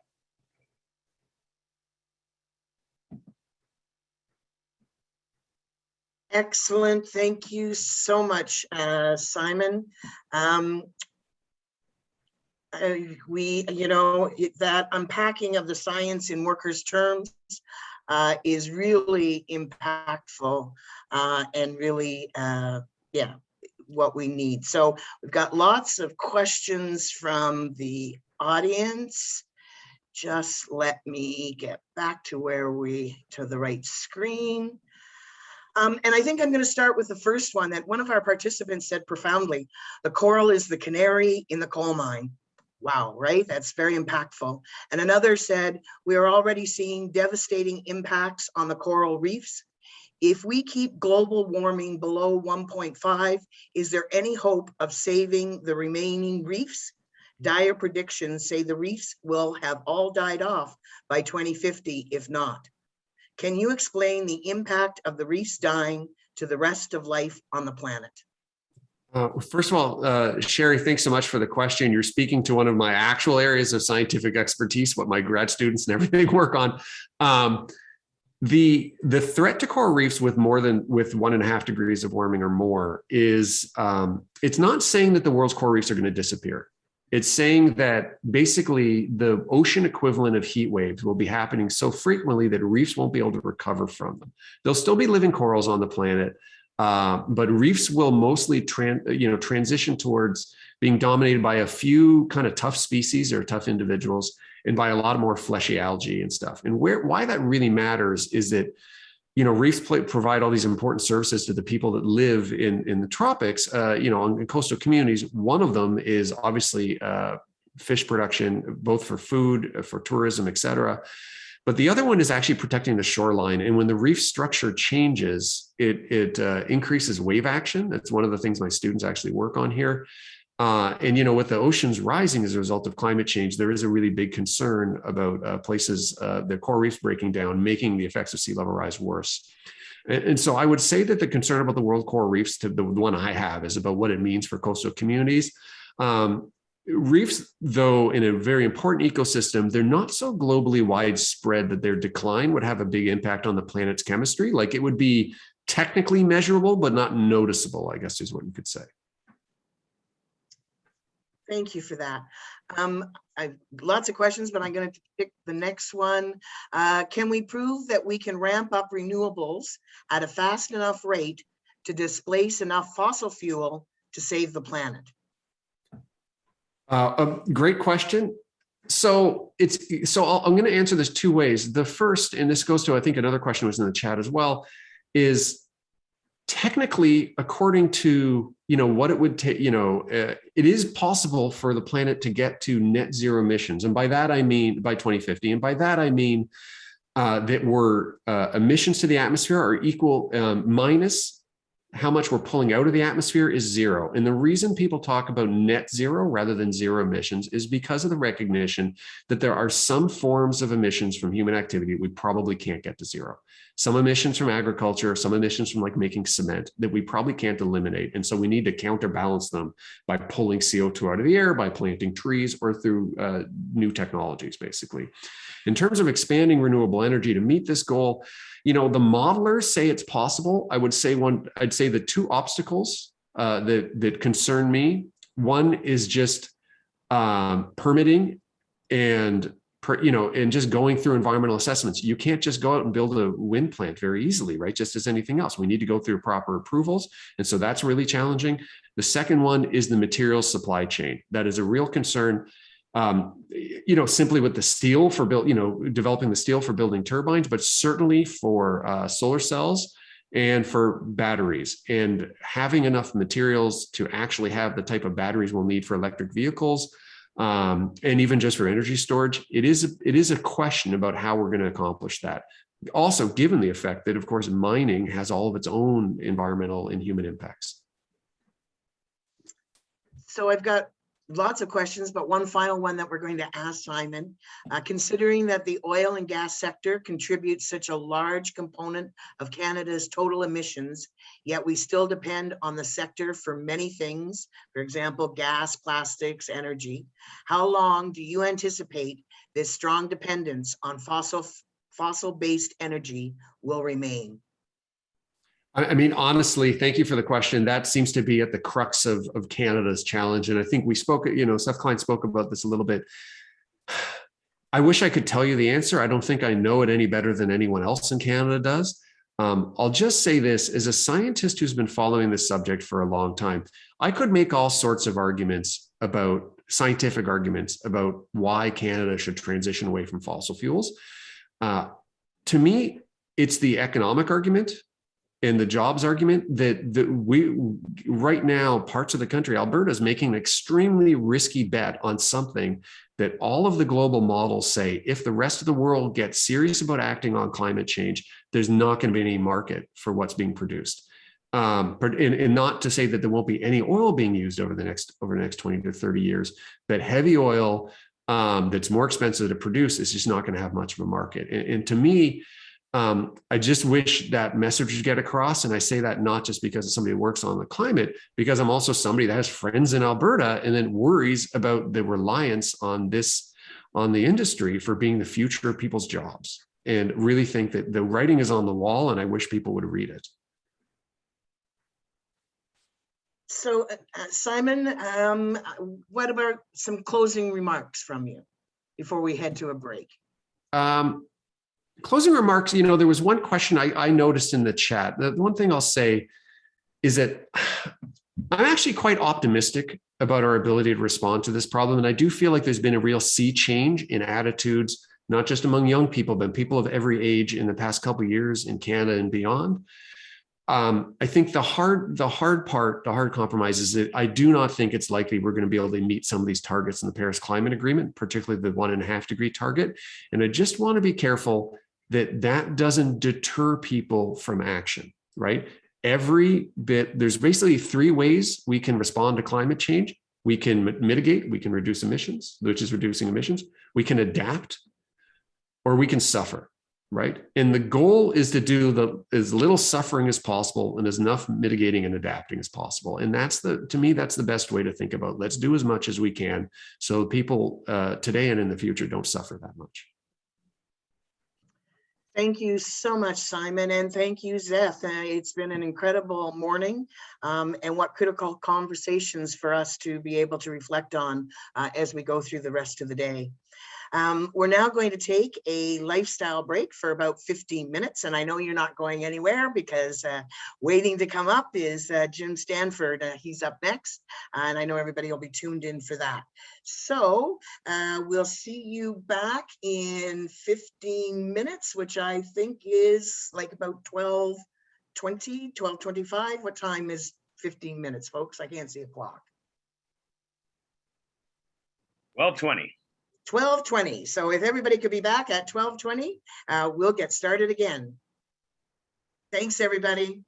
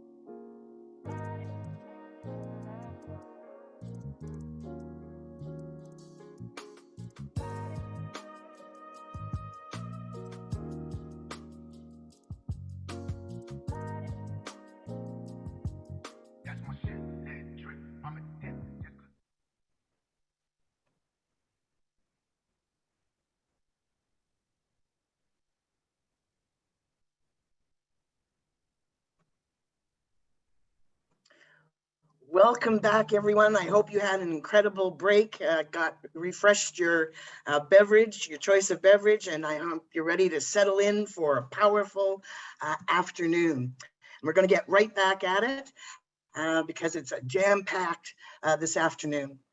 Our next speaker is Jim Stanford. While he often needs no introduction amongst labor folks, Jim is an economist and director of the Centre for Future Work. He divides his time between Vancouver, BC and Sydney, Australia.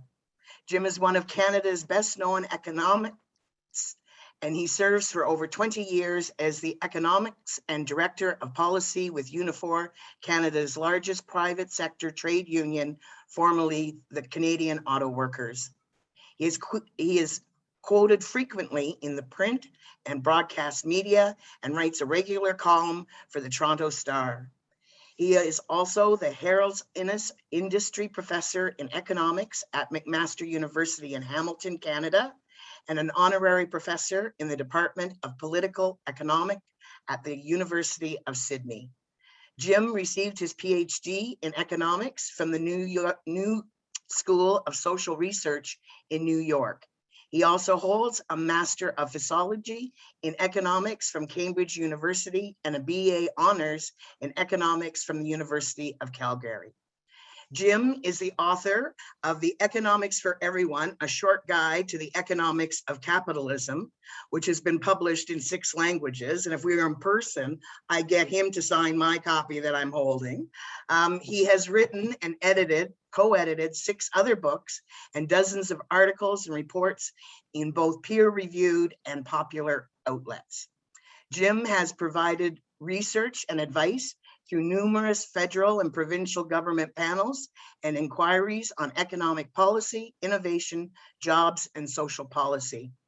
Jim is recognized for his ability to communicate economic concepts in accessible and humorous manner. Jim is here to reflect on the role of government and pension funds in confronting the climate crisis. Welcome, Jim, and no pressure, but I'm sure you're going to bring us some grave insights as well as some great laughs. Over to you. Janice, thank you very much. The first thing you learn in studying how financial markets behave is the difference between expectations and outcomes. And unfortunately, you've really lifted the expectations there with that generous introduction. So we'll do our best to live up to it. And I want to thank you and Patty, the whole team at the Federation, and all your partners, Murray Gold and others who pulled this event together. Just an incredible lineup of speakers. You know, a big moment for me to see my name on the same poster as Noam Chomsky, I got to tell you. So I printed that one out for the scrapbook, and thank you for the opportunity to participate. I do want to acknowledge I'm speaking to you from the unceded lands of the Musqueam, Squamish, and Tsleil-Waututh First Nations out here on the West Coast, and I want to offer my respect and solidarity to them in their struggle for justice.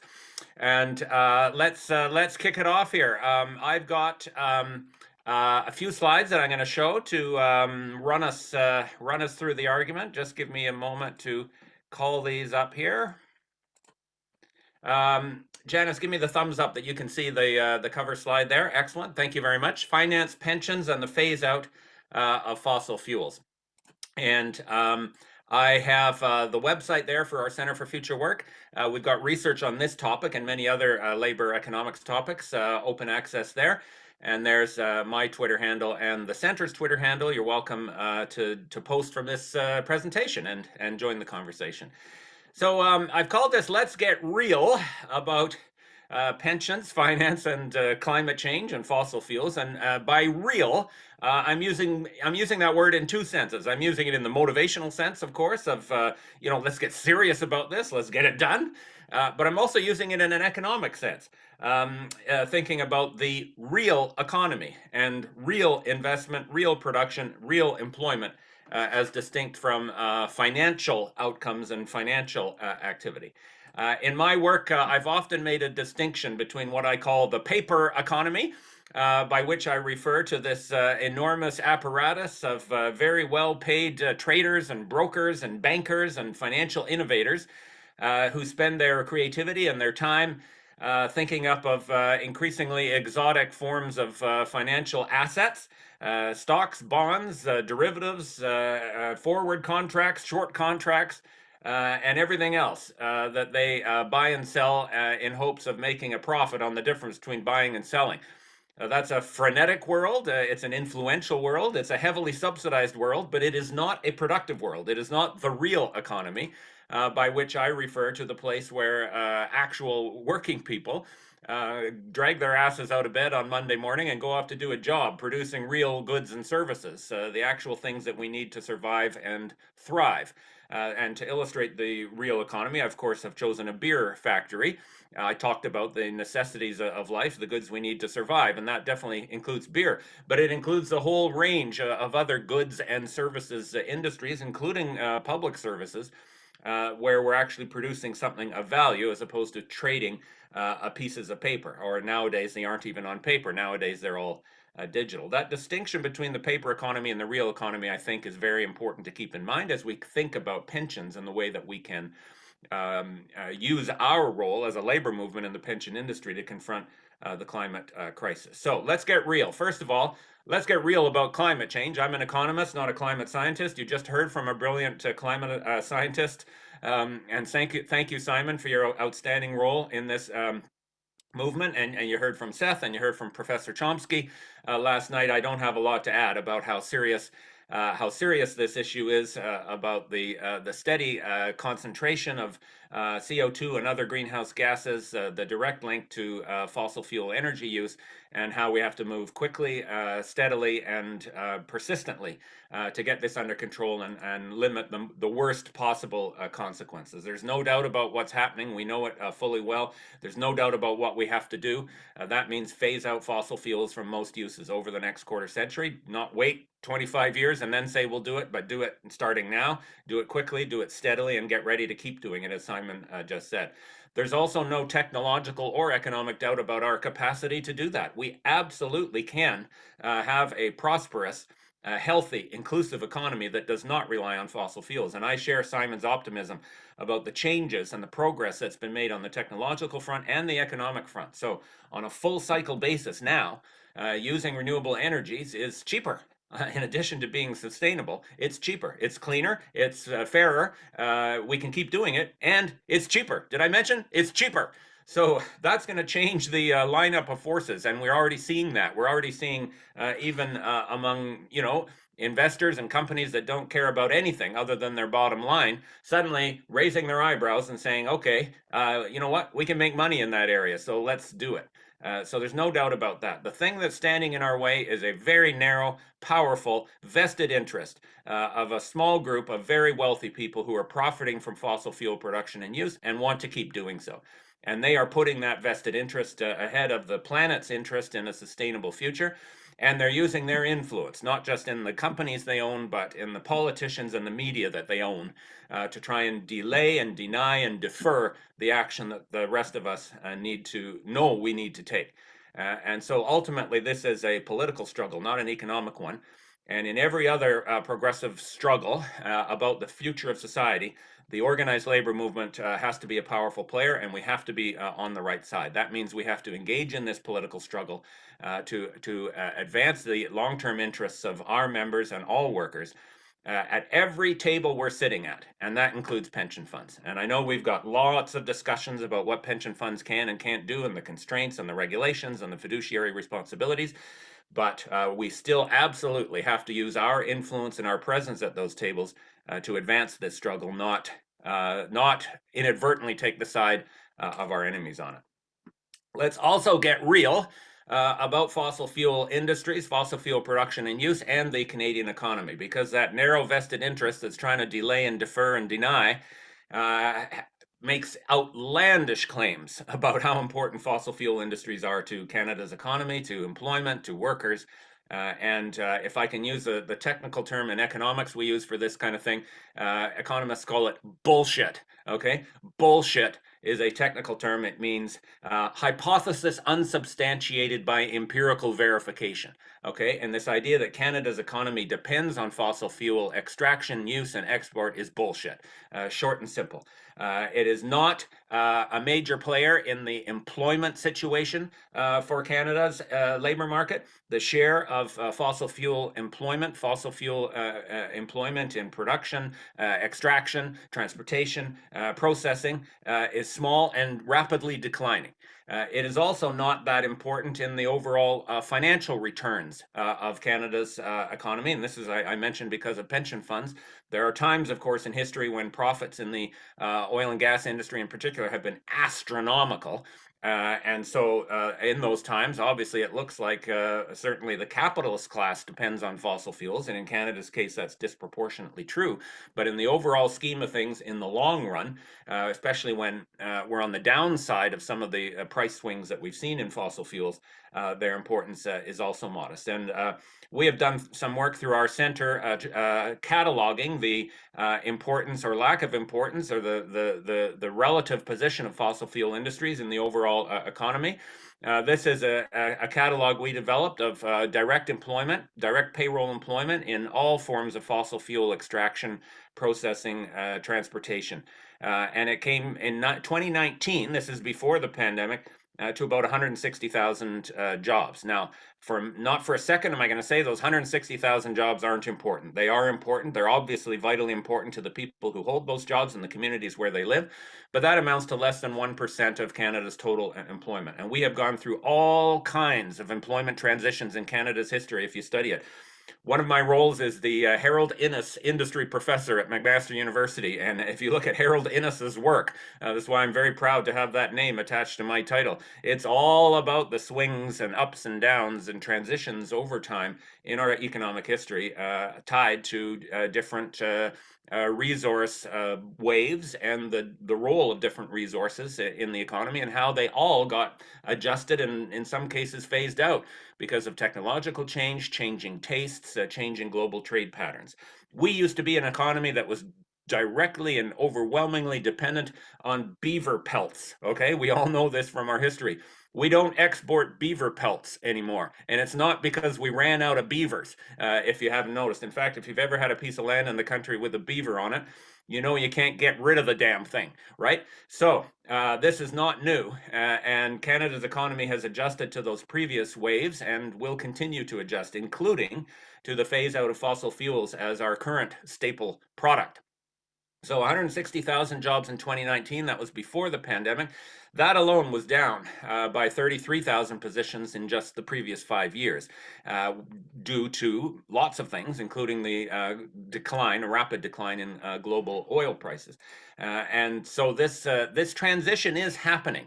And it is happening relatively rapid. The erosion in the share of employment in Canada that's attributable to direct fossil fuel production from 1.23% in 2014 to below 0.9% in 2020, if we count the job losses that happened during the pandemic. That pace is consistent with eliminating this as a source of employment in Canada over the next 20 years. So we're already on track. This is already happening. The problem is it's not happening in a planned, deliberate, fair way. It's happening based on private business decisions, companies responding to global markets and price signals and what they see coming down the pike, and they're just throwing fossil fuel workers out on the street. And this is very important because we're often pressed as trade unions to think of our members, whether it's the members of our union or the members of our pension funds, and say their future depends on fossil fuels. And that we're being tricked. We're being lied to if we buy into that argument. The fact is, our members who work in those industries are indeed threatened by the imminent phase out and disappearance of this industry. There's no doubt about it. But doing nothing or denying that this is a problem isn't helping our members. There are 40,000 fossil fuel workers who've been thrown out of work in the last 6 years in Canada, and they're not being helped. They're not being helped by Jason Kenney. They're certainly not being helped by the owners of the oil and gas companies who are interested in one thing only, and that's cutting their costs to make as much money as they can while the sun is shining. They know full well this industry is going to disappear, and their goal is to make as much money from it as they can. And one way to do that is to squeeze workers, eliminate their jobs, convert them to temporary labor hire positions, cut their wages, cut their benefits. And that's what's happening. If we support fossil fuel workers, and I do, then we have to say, look, this change is coming. The employers and right-wing governments are going to screw you as this change occurs. We have to get organized and think about how to organize this change in a way that protects you, that protects your jobs, that protects your incomes, that gives you and your communities real alternatives. And that's where we have to get real about transition planning, not just throw nice phases out about just transition and so on. And I think we have to get concrete about fleshing this out, because a lot of people hear just transition and they think it's a token nod, and they think it means somebody's coming to take something from me. And so, they throw this phrase around, just transition. We have to get concrete and real and detailed and pragmatic about what a fair transition plan actually looks like. And if we start now, with a plan, and we look at a 20 or 25-year plan and we stick to it and we hit targets as we go, we could do this without a single involuntary layoff. There are examples of transitions around the world, they're cataloged in our report, that show we could do this without a single layoff or community disruption. So this is some work that we did in our center in conjunction with Environmental Defense. The website for the report is there, and I'll send that around in the chat in a minute as well. But the key finding is that time is the best friend of transitions, and the key is to start now, not wait till the end. If you wait until the end, then you're going to have chaos and disruption and dislocation, and we've seen that before. We saw that with the cod fishery in Newfoundland when it was shut down suddenly. We saw that with the forestry industry out west when it had a partial collapse, partly because of environmental factors. So start now, take advantage of the normal flexibility and fluidity in labor markets. We assembled data showing that over 10% of fossil fuel workers leave their jobs, most of them voluntarily, in any given year. So if you capture that ongoing fluidity and mobility in labor markets and make sure that you're not backfilling with young people who you've tricked into joining an industry that has no future, you can take care of most of the problem through normal attrition, retirement, and transitions. In fact, within 20 years, you lose 85% of those positions just through normal exits. So, and then strengthening those transitions through things like early retirement incentives, retraining and relocation supports, alternative job creation, and so on, makes it a no-brainer. It is absolutely possible to do this. And I've challenged in the consultations that just completed, I challenged the government to say, we will commit to doing this without a single involuntary layoff. And it absolutely is possible. Over 20 years, given the small number of people who work directly in fossil fuel production, you're looking at transitioning away from 8,000 jobs a year. More than half of that is going to be eaten up through early retirement. So you could provide transition supports in different forms equivalent to $250,000 per job. That's pretty good. I've done a lot of transition negotiations over my career, and $250,000 per person in transition support is pretty good for retirement, for retraining, for relocation, for income insurance, where you could guarantee someone's income until they got a new job. And make up the difference between the new job and the existing job if there was a difference. That's $1 billion a year. And, you know, I know Seth threw out a much bigger number for a just transition plan that includes a whole bunch of investments in alternative job creation and so on, which is absolutely needed and absolutely valid.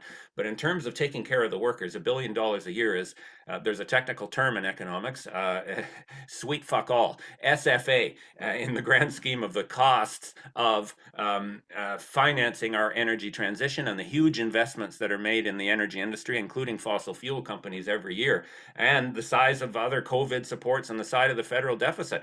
They could put $1 billion a year into this for 20 years to ensure no involuntary layoffs, and no one would even notice. Finally, let's get real about stock markets. And again, I've talked about the frenetic paper trading and buying and selling of derivatives and so on. The daily market update reports that clutter our TV and radio news, like this guy here on the top right. You know, Joe Blow Broker comes on every day and tells us the markets are up 2 points because investor confidence strengthened. Then he comes on the next day and tells us the markets are down 2 points because investor confidence weakened. I notice here, and if you look at this picture in the bottom left of these very stressed out bond traders, that guy in the middle looks a bit like Stefan Dion.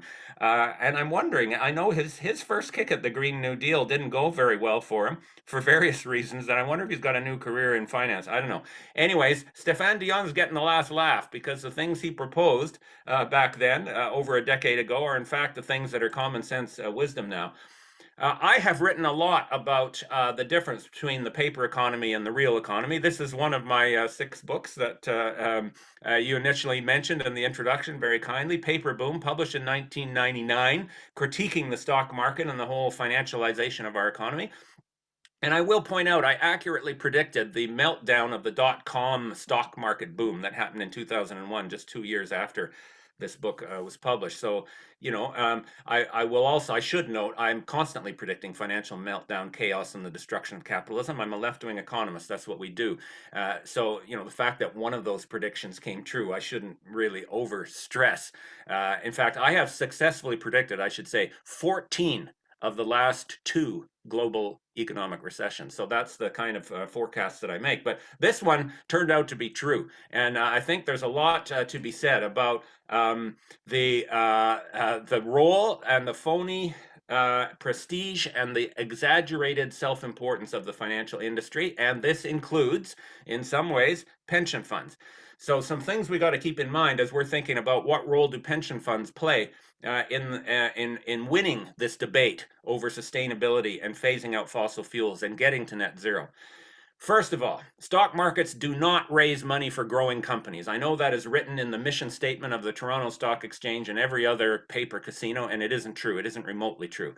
They do not raise money for growing companies. In fact, on a net basis now, stock markets take more money out of companies than put in through all of the share buybacks, preferred payouts, dividends, and retirements and mergers. There's less money that goes into companies than are taken out of companies. It's a mechanism for rich people to manage their wealth and get richer. That's very different from saying that we raise money for growing companies.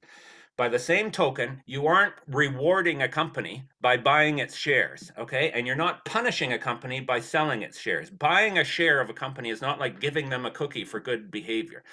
People buy shares because they expect its price to go up in the future, unless they're a short seller, in which case they buy the shares expecting its price to go down.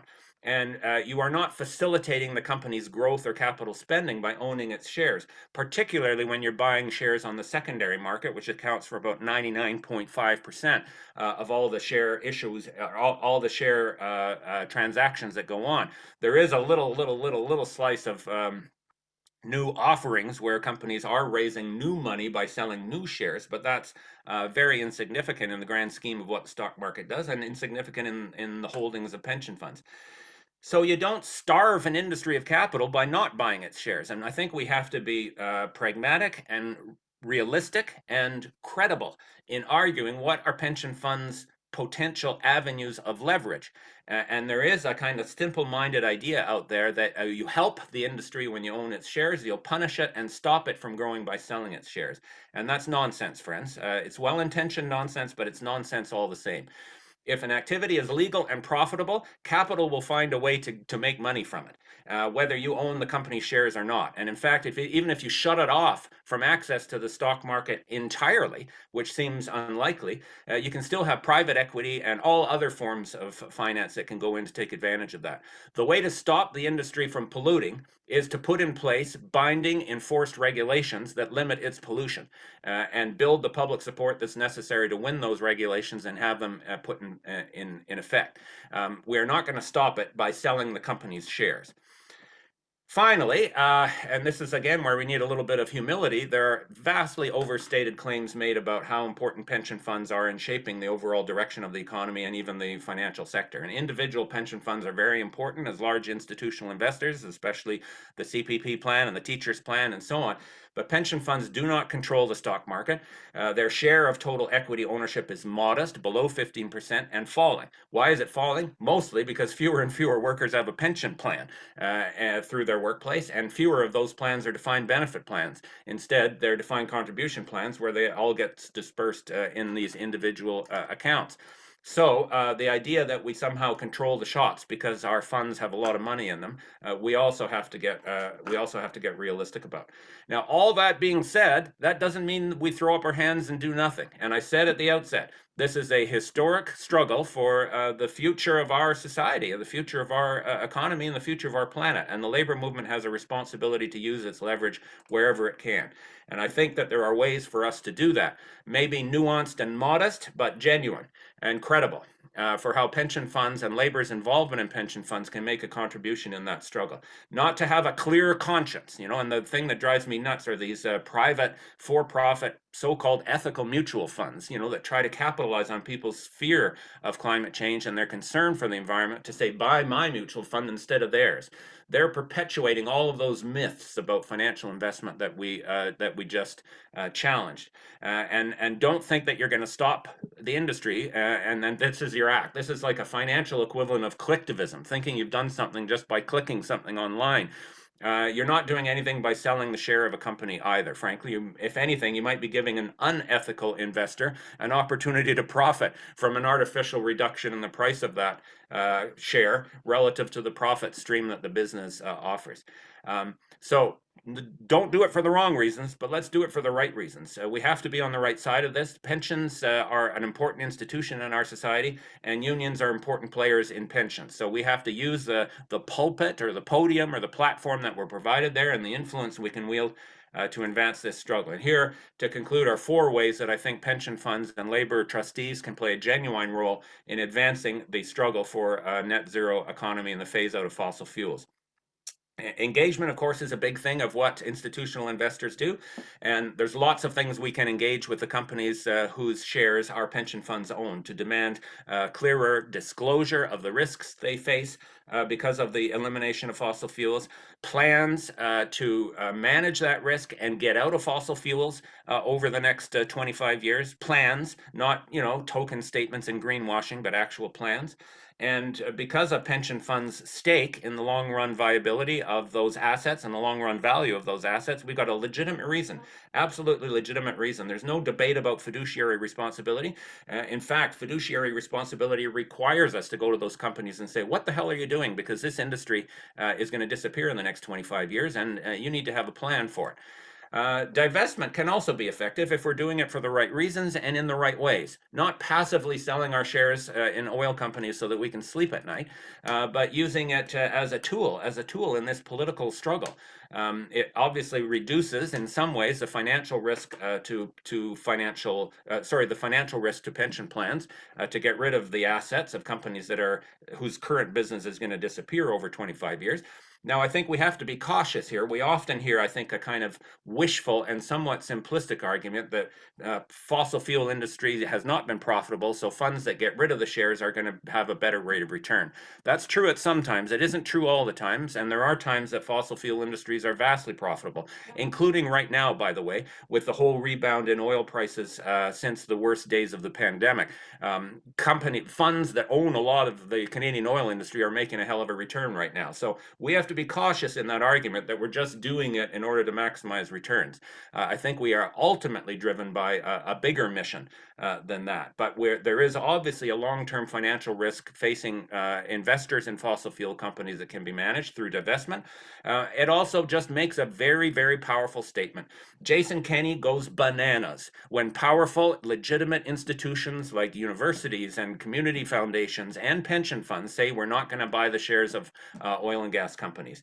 And it isn't because he believes the industry is going to be starved of capital. It's because he understands this is a devastating blow against the social legitimacy of that industry. And especially because pension funds are seen as serious and dollars and cents institutions, that blow is painful. So if we do it for the right reasons and make a hell of a lot of noise about it, divestment can be a very powerful strategy. As pension funds, we can also advocate with government. I know that, we have, again, a clear box around what pension funds can and cannot do for our members in terms of the laws and the regulations, but absolute legitimate argument, because pension funds are in this on a long-term basis, not just looking at next quarter's returns. We have to match the long-term investments of these funds with the long-term liabilities associated with our members' pensions, and that means we need some certainty and we need some clarity, and we have an absolutely legitimate role to play advocating to government, saying, look, net zero is coming. We need a plan. We need clear regulations. We need stronger targets, and we need enforcement of those targets, not just namby-pamby feel-good statements at election time, because these are the things that are going to determine whether the investment choices we make as funds are going to pay off or not. So in that regard, pension funds within their remit can absolutely be strong advocates for a better climate policy, better transition plans, and clearer targets. Finally, and this is where we come back to my paper economy versus the real economy distinction, I think pension funds can and should take an active role, a more active role, in supporting and financing real investment in the sustainable net zero economy, including renewable energy industry expansion and rollout, all of the infrastructure that supports it, and industries that depend on or are linked to the energy transition, things like electric vehicles and components production and all the technology that we could be manufacturing in Canada as part of that energy revolution.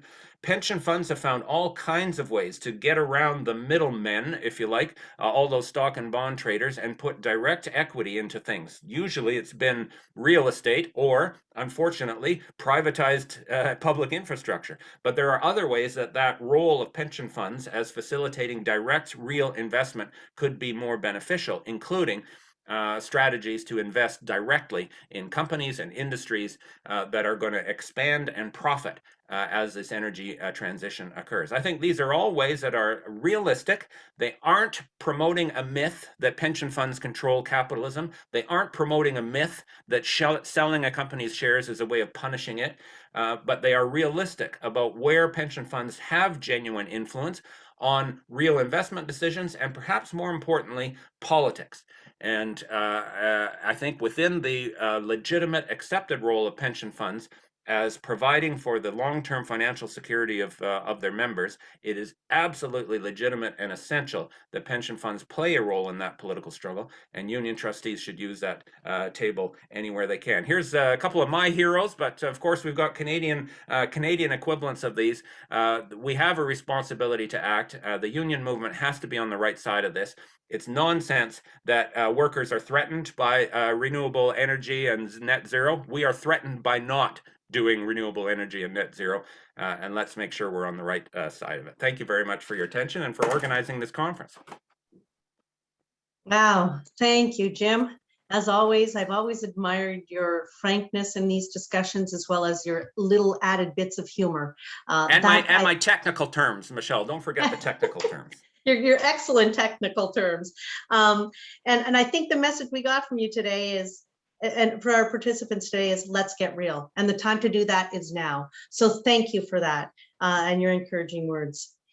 Next, we're going to hear from Adrian Buller. Adrian is a senior research fellow at UK-based think tank Commonwealth, where her work focuses on the intersections of the financial system and the climate and ecological emergencies.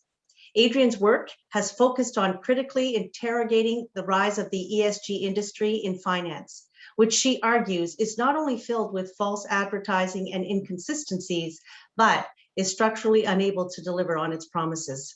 She is the author of the forthcoming Owning the Future, Power and Property in an Age of Crisis, and the Value of a Whale, on the Illusion of a Green Capitalism. Both books will be out in 2022.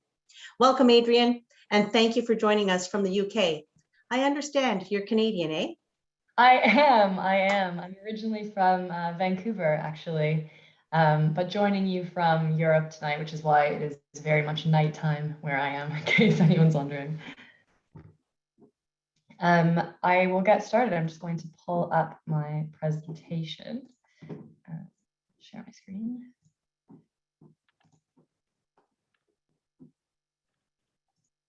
All right. Hopefully that is working in some capacity. Yes? Good. Excellent. Okay. So thank you, everyone, for having me. I am going to speak to you a little bit about the ESG industry, which is basically this very trendy upstart new industry within finance that's taking the pensions industry as well by storm.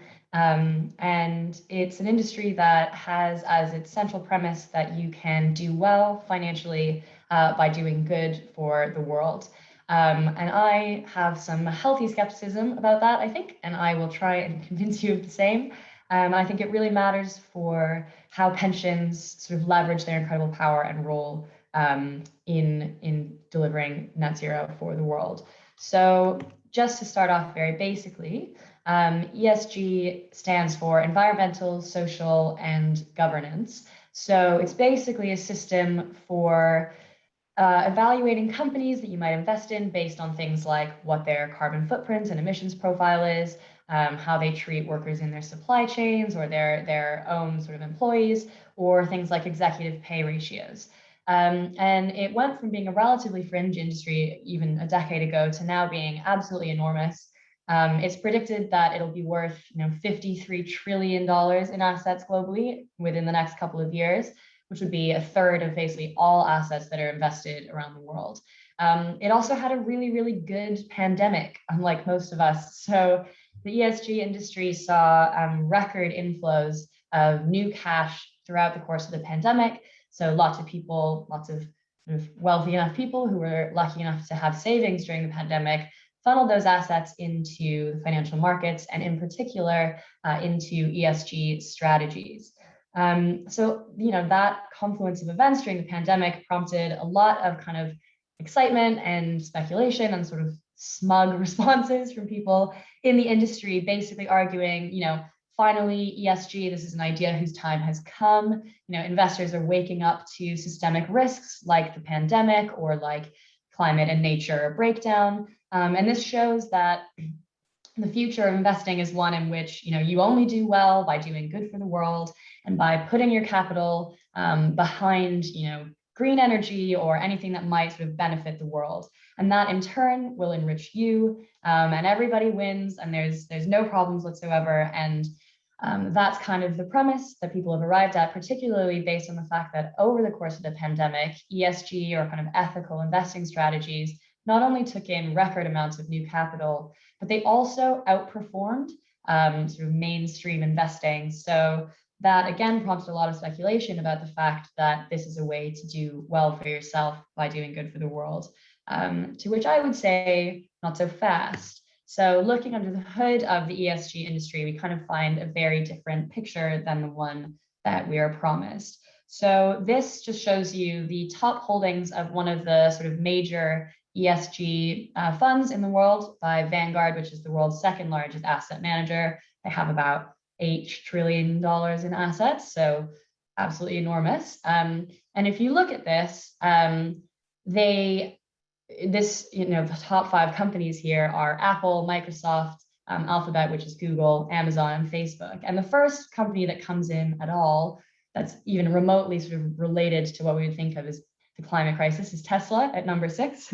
And so, while there's nothing particularly wrong with this, it's hard to argue that this is actually a fund that's doing well by doing any kind of good for the world, given that it's basically just flush with big tech, and particularly companies that have a very dodgy record on employment, on human rights, on their own environmental record in the supply chains, and all those things. So I just want everyone listening to keep this kind of fund in mind as I sort of talk through how ESG works, and why I think it is sort of fundamentally flawed as a logic. So there are 2 sort of main ways that ESG strategies are pursued, and Jim touched on these a little bit. But one is the kind of allocating your portfolio differently to minimize your exposure to a fossil fuel company or something else that you might consider problematic. And the other is to sort of stay invested in those companies and try and use your position as a shareholder to engage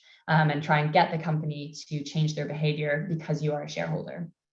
And I'll pick apart both of those separately, but I just want to start with the first, which is the sort of portfolio allocation method. So as Jim said, the kind of method that lets you sleep at night, trying to eliminate the baddies from your portfolio.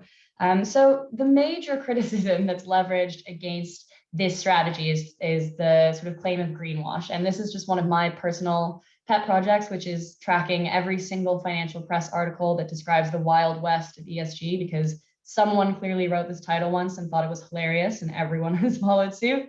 But this is sort of the major criticism that's leveraged against the industry, which is that there are huge inconsistencies. There's no stringent regulation about how it actually works. And then that is the problem with it. And, therefore that can be resolved if we just have better rules, then everyone will sort of be following those, and we'll actually be, solving the investment climate crisis problem as long as we've got good, clear rules and information.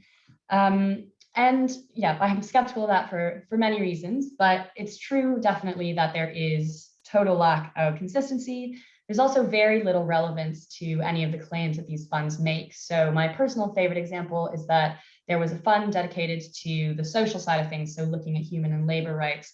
And in a study that tried to analyze how it differed from sort of the mainstream version of its fund, the single biggest indicator that described how those 2 funds were different was that the ESG fund was mostly invested in companies without any employees.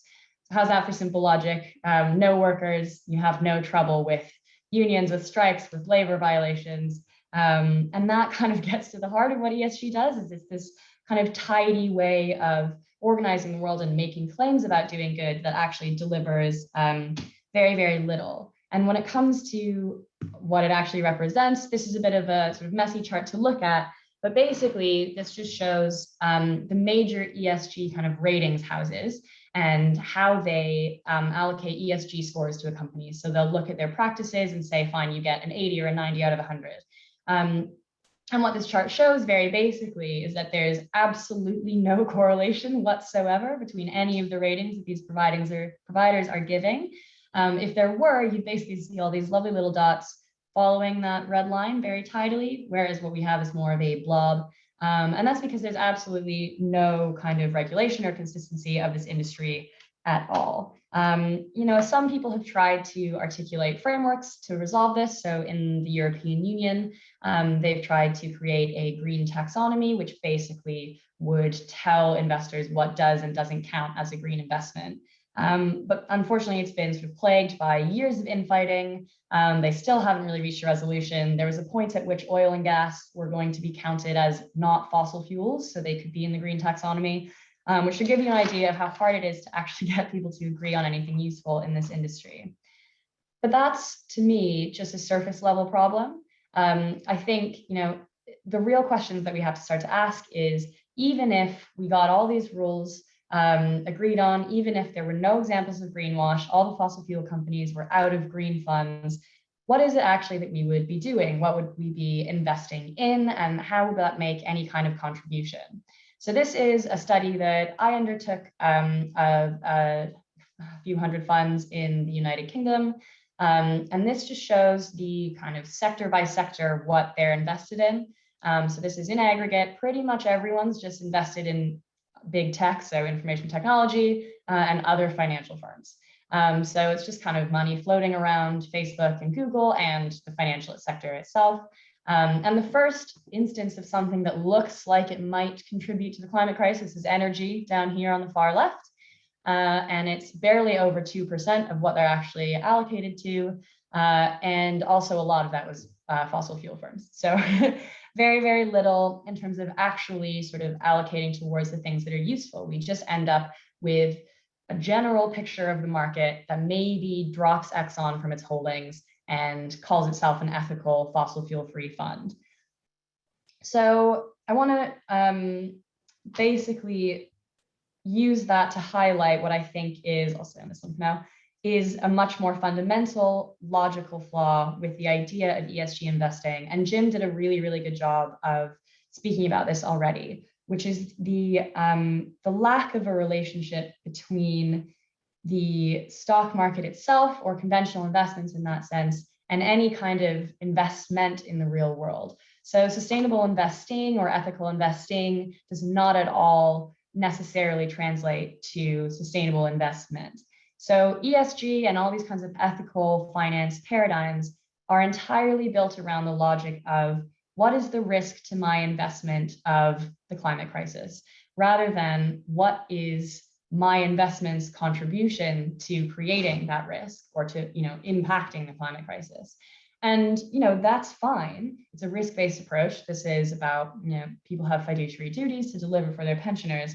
But I think we do need to be honest about the fact that it has very, very little to do with actually driving change. That's about asking, what can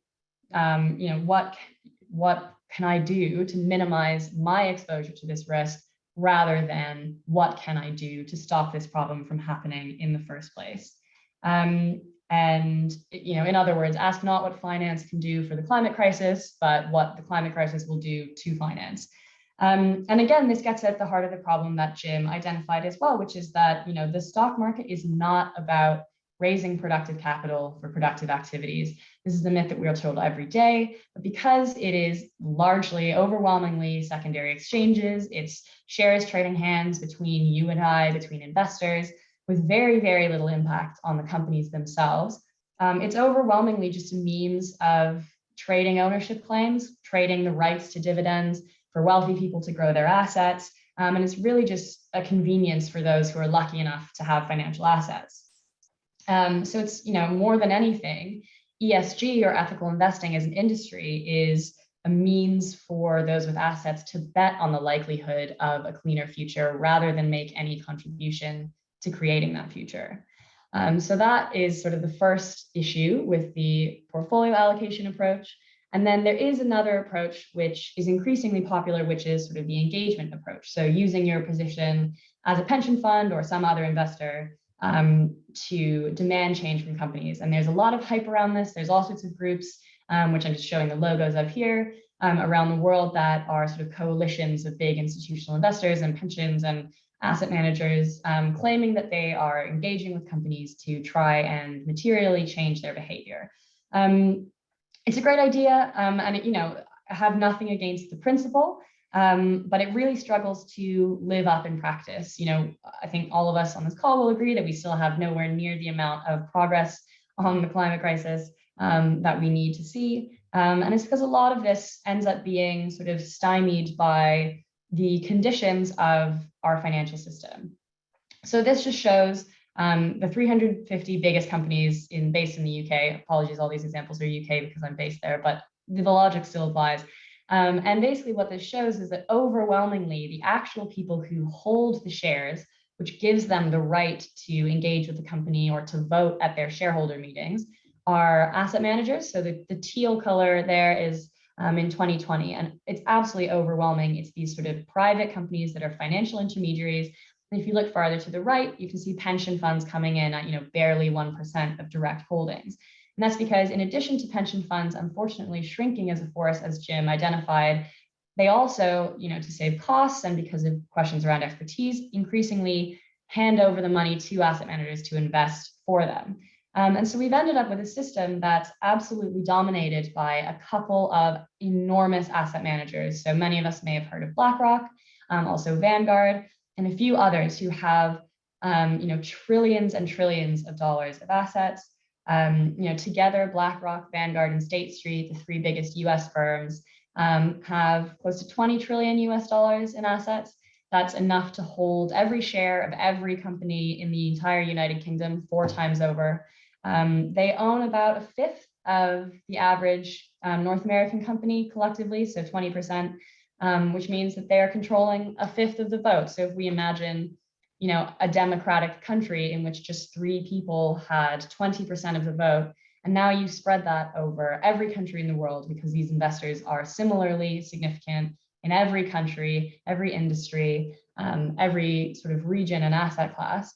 And we emerge at a very, very undemocratic picture. And so, even the best intentioned kind of engagement process tends to come up against the stumbling block of these large investors. And they have a lot of branding about sort of trying to make progress on how they engage. For the most part, that hasn't really been met with action.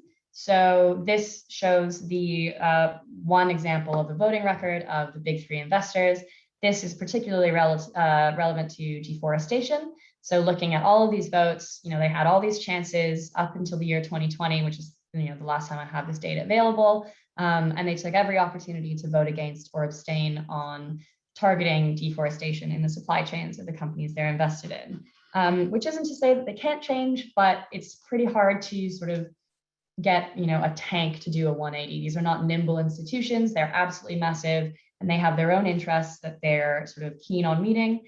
And driving decarbonization isn't necessarily one of them. They have different interests that are in conflict with that. And unfortunately, in the system of intense concentration that we have, they tend to call a lot of the shots. So this is a David and Goliath scenario, even for a really large pension fund. This is just an interesting effect as well, which is that a lot of these investors are primarily passive, which means that instead of using discretion to decide what companies to invest in, it will track an index, which is a predetermined basket of companies based on some kind of objective criteria, like the size of the company or where it's located. And what's been interesting is that even in the pensions industry itself, we've started to see the impacts of having a financial system dominated by passive investing. So this shows the 2 on the right are CalPERS and CalSTRS, which is the California pension funds. Absolutely massive, and they've started to basically reflect the holdings. It's a bit of a complicated chart, but reflect the holdings of passive investors, which means the direction they've taken is to kind of just mimic the industry as a whole rather than sort of leverage their position to try and enact change or to drive different flows of investment. So what is it that we can do as a pension, and what are the options that we have? And I think Jim, again, did a great job of outlining some of the challenges that face us when we are operating within stock markets and the financial system. You know, we're up against a lot of odds, and we need to be honest about what we're able to do within those constraints. So one of them is that this chart just shows how assets are distributed between different asset classes. And we talk all the time about, you know, conventional stocks, so buying a stock in Apple, as being overwhelmingly, you know, the main thrust of pension investments. But if you look at Canada, which is highlighted, it's actually only about a third. And that's because over recent years, pension funds have started to move away from sort of big, mature companies, listed equities, and into other areas. Now, a lot of that motivation has been to get higher returns, but I would argue that you can similarly use that motivation if you were interested in driving investment to the areas of the economy that desperately need it, if we're going to have sort of a just and fair decarbonization. So there are a lot of pension funds in Europe as well, and in the States, that are starting to move to alternative investments, looking at green bonds and those kinds of things, but also looking at investing in their communities. So I can share a link afterwards, but there are dozens of US pension funds and local kind of authorities that have started to use that strategy, allocating some of their investments to scaling up small businesses rather than investing in mature large ones. And that's really where we'll find, you know, the change that we need, because the two tasks that finance has to drive this change is that we need to make the cost of achieving that finance cheaper for those that are delivering the solutions, and we need to have more of it available to them. And the conventional stock and bond markets are not where we're going to find the answers to that. And then the last thing I would say, besides sort of pension fund allocation, and again, this touches on what Jim was saying, is that at the end of the day, you know, there are substantial limitations to what the financial system in its conventional sense can deliver on this. So as a labor movement, I think one of the most powerful forces we have is the sort of proud tradition of unions in the labor movement, which is about reducing inequality and redistributing sort of wealth and power to whatever extent we can in the world and within our economies and communities. So this is just a very kind of iconic chart now, which shows carbon inequality, showing that the richest 10% of the global population contributes about 50% of all lifestyle emissions. And this holds true for resource use and all other kinds of relationships. And so I think, you know, one of the biggest contributions we can make is a continued commitment to fighting inequality and to delivering economic justice as a labor movement. And that will have a really, really powerful and measurable effect on the progress of the climate crisis and the kind of solutions that we see. So thank you very much for your time. And I hope that was helpful in some way. Yes, thanks so much, Adrian. You know, that stark reality on ESGs is just so important that we have to start to think about that as well. I'm picking up from something that was mentioned in the chat while you were speaking, you know, and it goes back to what Professor Noam Chomsky said last evening, you know, reinforcing that the peasants shouldn't stop coming with the pitchforks. You know, so these are some of the things that we have to seriously take a look at and delve into. Thanks again. Thanks. Our final conference event is a panel discussion about whether our large public sector pension funds have a role to play in the transition to a green economy. These pension funds have close to $3 trillion in assets to invest. In many cases, union-appointed trustees have an equal voice in the governance of these funds, including investment decisions. You will hear diverse points of view on whether our union trustees should use their power to promote green investment. Do they have the legal right to do so? Is there a role for these pension funds as a major public policy actors? Do we run the risk of greenwashing? You can ask questions to the panelists via the Q&A feature. Just click on the Q&A button at the bottom of your screen. A pop-up box will open up and you can write your answers. Questions will be read out and answered live briefly after the panel. Otherwise, they may be answered directly in the Q&A box. I will now introduce Laura Brownell, who will be the moderator for this panel. Laura provides advice and support on pension matters for the Society of United Professionals, an Ontario-based union of over 8,500 professional employees. Laura has been a staff member for the Society since 2008. She recently took a one-year leave of absence to work as Senior Research Officer for CUPE. During that time, she was appointed to the sponsor board for Ontario's University Pension Plan and participated in its development. Laura is an active member of the OFL Pension Committee and the CLC Pension Advisory Committee, and holds a Master of Industrial Relations from the University of Toronto and an Osgoode Hall Pension Law Certificate.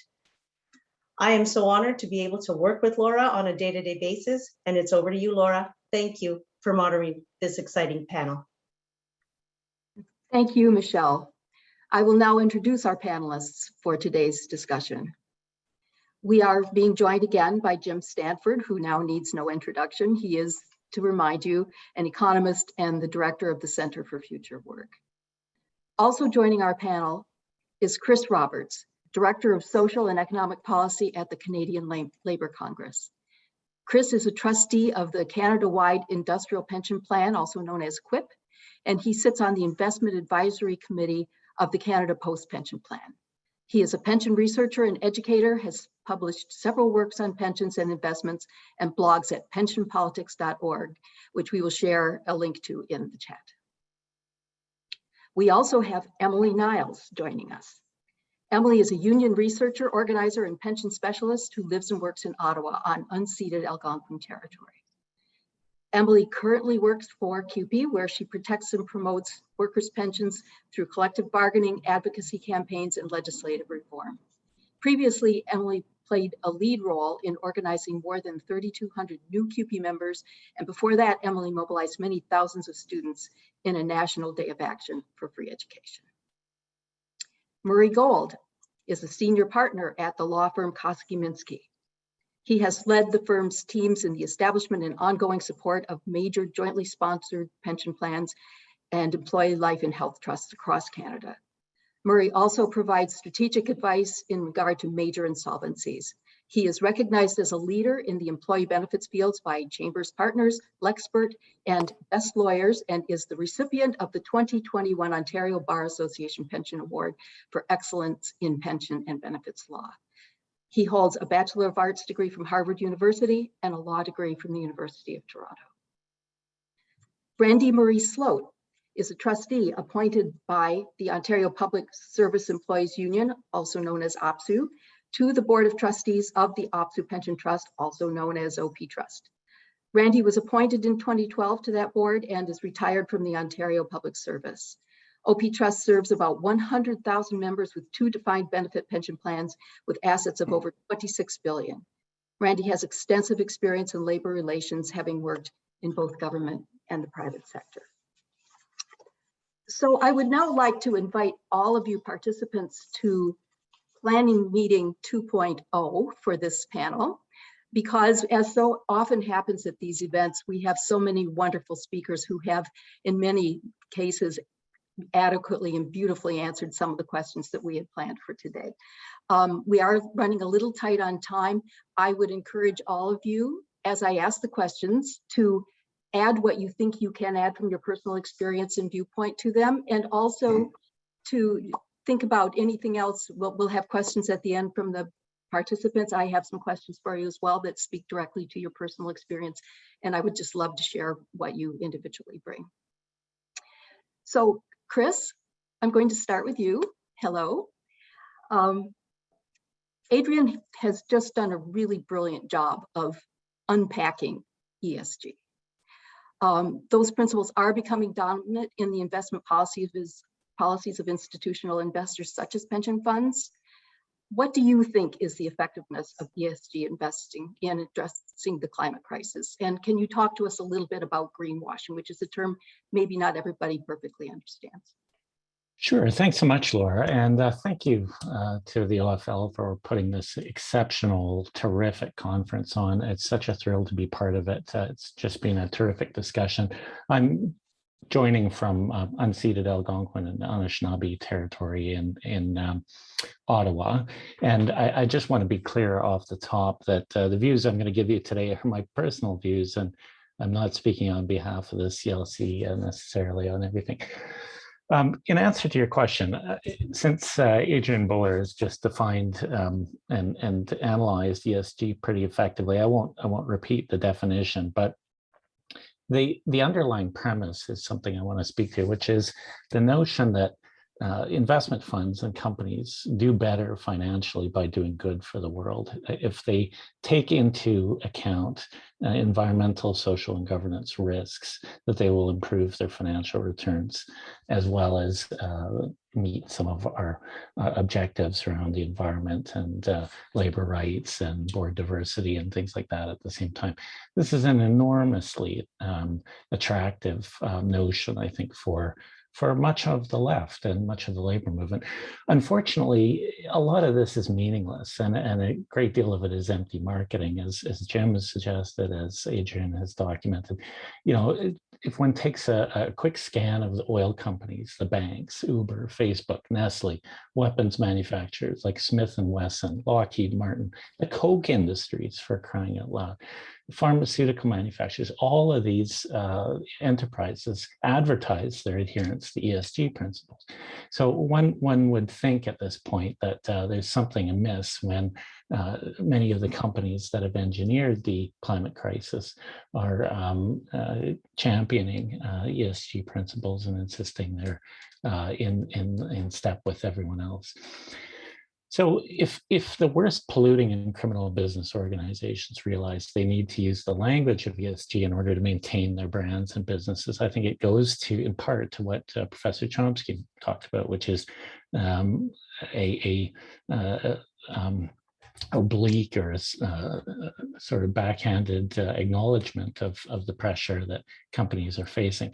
But when it comes down to actual practice, it's very difficult to demonstrate that these practices are moving the needle in any respect. And I think Adrian Buller addressed this. So the problem, though, in my view, is not just that ESG principles provide cover to businesses that are systematically destroying the climate or people's lives. It's that it is also a very dangerous and serious distraction, I think, for people who are concerned about the crises we face, because it involves the redirection and diversion of our energies away from mobilizing workers' power, I think, where it originates in the workplace, in our communities, in political struggles, and it directs it into polite conversations with fund managers about risk management and increasing returns. There's good reasons for this because, and it hasn't been mentioned so far, our pension plans are under enormous pressure. They face low interest rates. Our DB plans are suffering with high liabilities and low interest rates. Investment returns are uncertain. Governments are constantly attacking our pensions. In this context, there's a natural inclination to suggest that, well, we can improve the position of our pensions and the security of our pensions by also doing good at the same time. And an enormous industry has emerged to facilitate that. If you don't believe me, check out David Weber's book, The Rise of the Working Class Shareholder, Labor's Last Best Weapon, where he suggests that labor has no power outside of corporate boardrooms and engaging as trustees with companies. That's a significant problem I think we need to, and a myth we need to burst. And as Seth Klein put it, it's really part of the phony war. It's a denial about what confronting the crisis actually entails. I think at this point, I'll come back to talk about some of those things. Thank you very much, Chris. Randy, you have said that the E is a long road, E, of course, standing for the environment and ESG. What makes you say that? Well, it's difficult as a pension trustee to look at investing. We're concerned with the members of our plan and our fiduciary responsibility, and we're always cognizant of that in all the decisions that we make. We have to earn a rate of return with the lowest possible risk, particularly if you're a mature plan like the plan I'm on.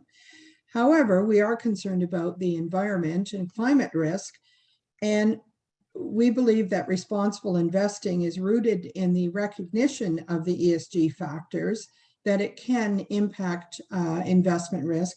However, we also realize that there is opportunities for investing in a green environment for the future. And we need to be relentlessly focused on the ultimate goals of that. While the lion's share of the conversation seems to be focused on divesting from fossil fuels, we have to look at all areas of exposure to greenhouse gas, and fossil fuels are only part of it. This is why we take a principle-based approach focused on three things: overall carbon reduction, financing the transition, and looking for opportunities for solutions. Thank you very much. Emily, you've expressed concern that sometimes there's confusion about investment returns versus ESG outcomes. Can you expand on that, please? Yes, for sure. And thanks to the OFL for the invitation. I'm really honored and humbled to be on this panel and part of this conference lineup. So thanks again. So in the pension world, the ESG framework is a recognition that ESG issues can affect investment performance. And so ESG factors should be considered when making investment decisions, but only to the extent that it relates to rates of return. What it's not is an investment strategy to affect positive environmental, social governance outcomes in the world. In Canada, and Randy just touched on this, the purpose of a pension plan is indisputable. It's to provide a lifetime retirement income for plan beneficiaries. There are no other social objectives. Pension funds are not our solidarity funds. So in practice, what this looks like is pension funds having ESG or sustainable investing policies with very broad statements that are typically limited to saying two things. One, we believe ESG factors can affect investment performance. And two, we integrate ESG factors into our investment decisions. That's sort of it. It's not prescriptive whatsoever. Last night, Ariel from Indigenous Climate Action talked about how the climate crisis is not just about carbon, but also a loss of biodiversity, erosion, other elements. You're not going to see that level of detail in pension fund ESG investing policies. Folks have already talked about the limited effectiveness of this framework. And I concur that it's not effective for addressing the climate crisis, but at the same time, I don't really think that's the intention actually of this framework. Bottom line is we just all need to get on the same page about what ESG is and what it is not. Thank you. Jim, most people look at the terms divestment and engagement as being mutually exclusive or a choice between one or the other. You set out some really good arguments, kind of pros and cons of both. Can you expand on that, and why do you think that there's a role for both and some limitations as well? Oh, that's a great question, Laura. Thank you. And of course, being an economist, my answer is going to be on the one hand and on the other hand. On the one hand, divestment, on the other hand, engagement. And that's why Harry Truman famously said, would somebody please bring me a one-armed economist who would stop saying those things and actually give me a straight answer? But my straight answer, frankly, would be both. And again, this comes from, in a way, a sort of political analysis of what's going on rather than a economic and financial analysis of what's going on. We've heard a whole bunch of very strong arguments about why, sort of conventional narrow ESG strategies are not going to do the trick here.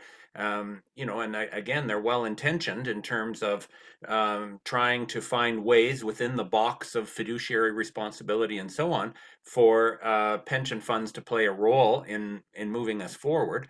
But given the limited impact of financial decisions on real changes in regulation and investment and production and pollution, we have to do more than that. And recognizing that this is a political struggle, not just a financial decision, and recognizing that pension trustees and pension funds as democratic institutions in some way have to be part of that struggle and be on the right side of that struggle, then we have to use every available opportunity. I'll tell you a personal story, Laura. One of the first political acts I was ever engaged in was as a teenager.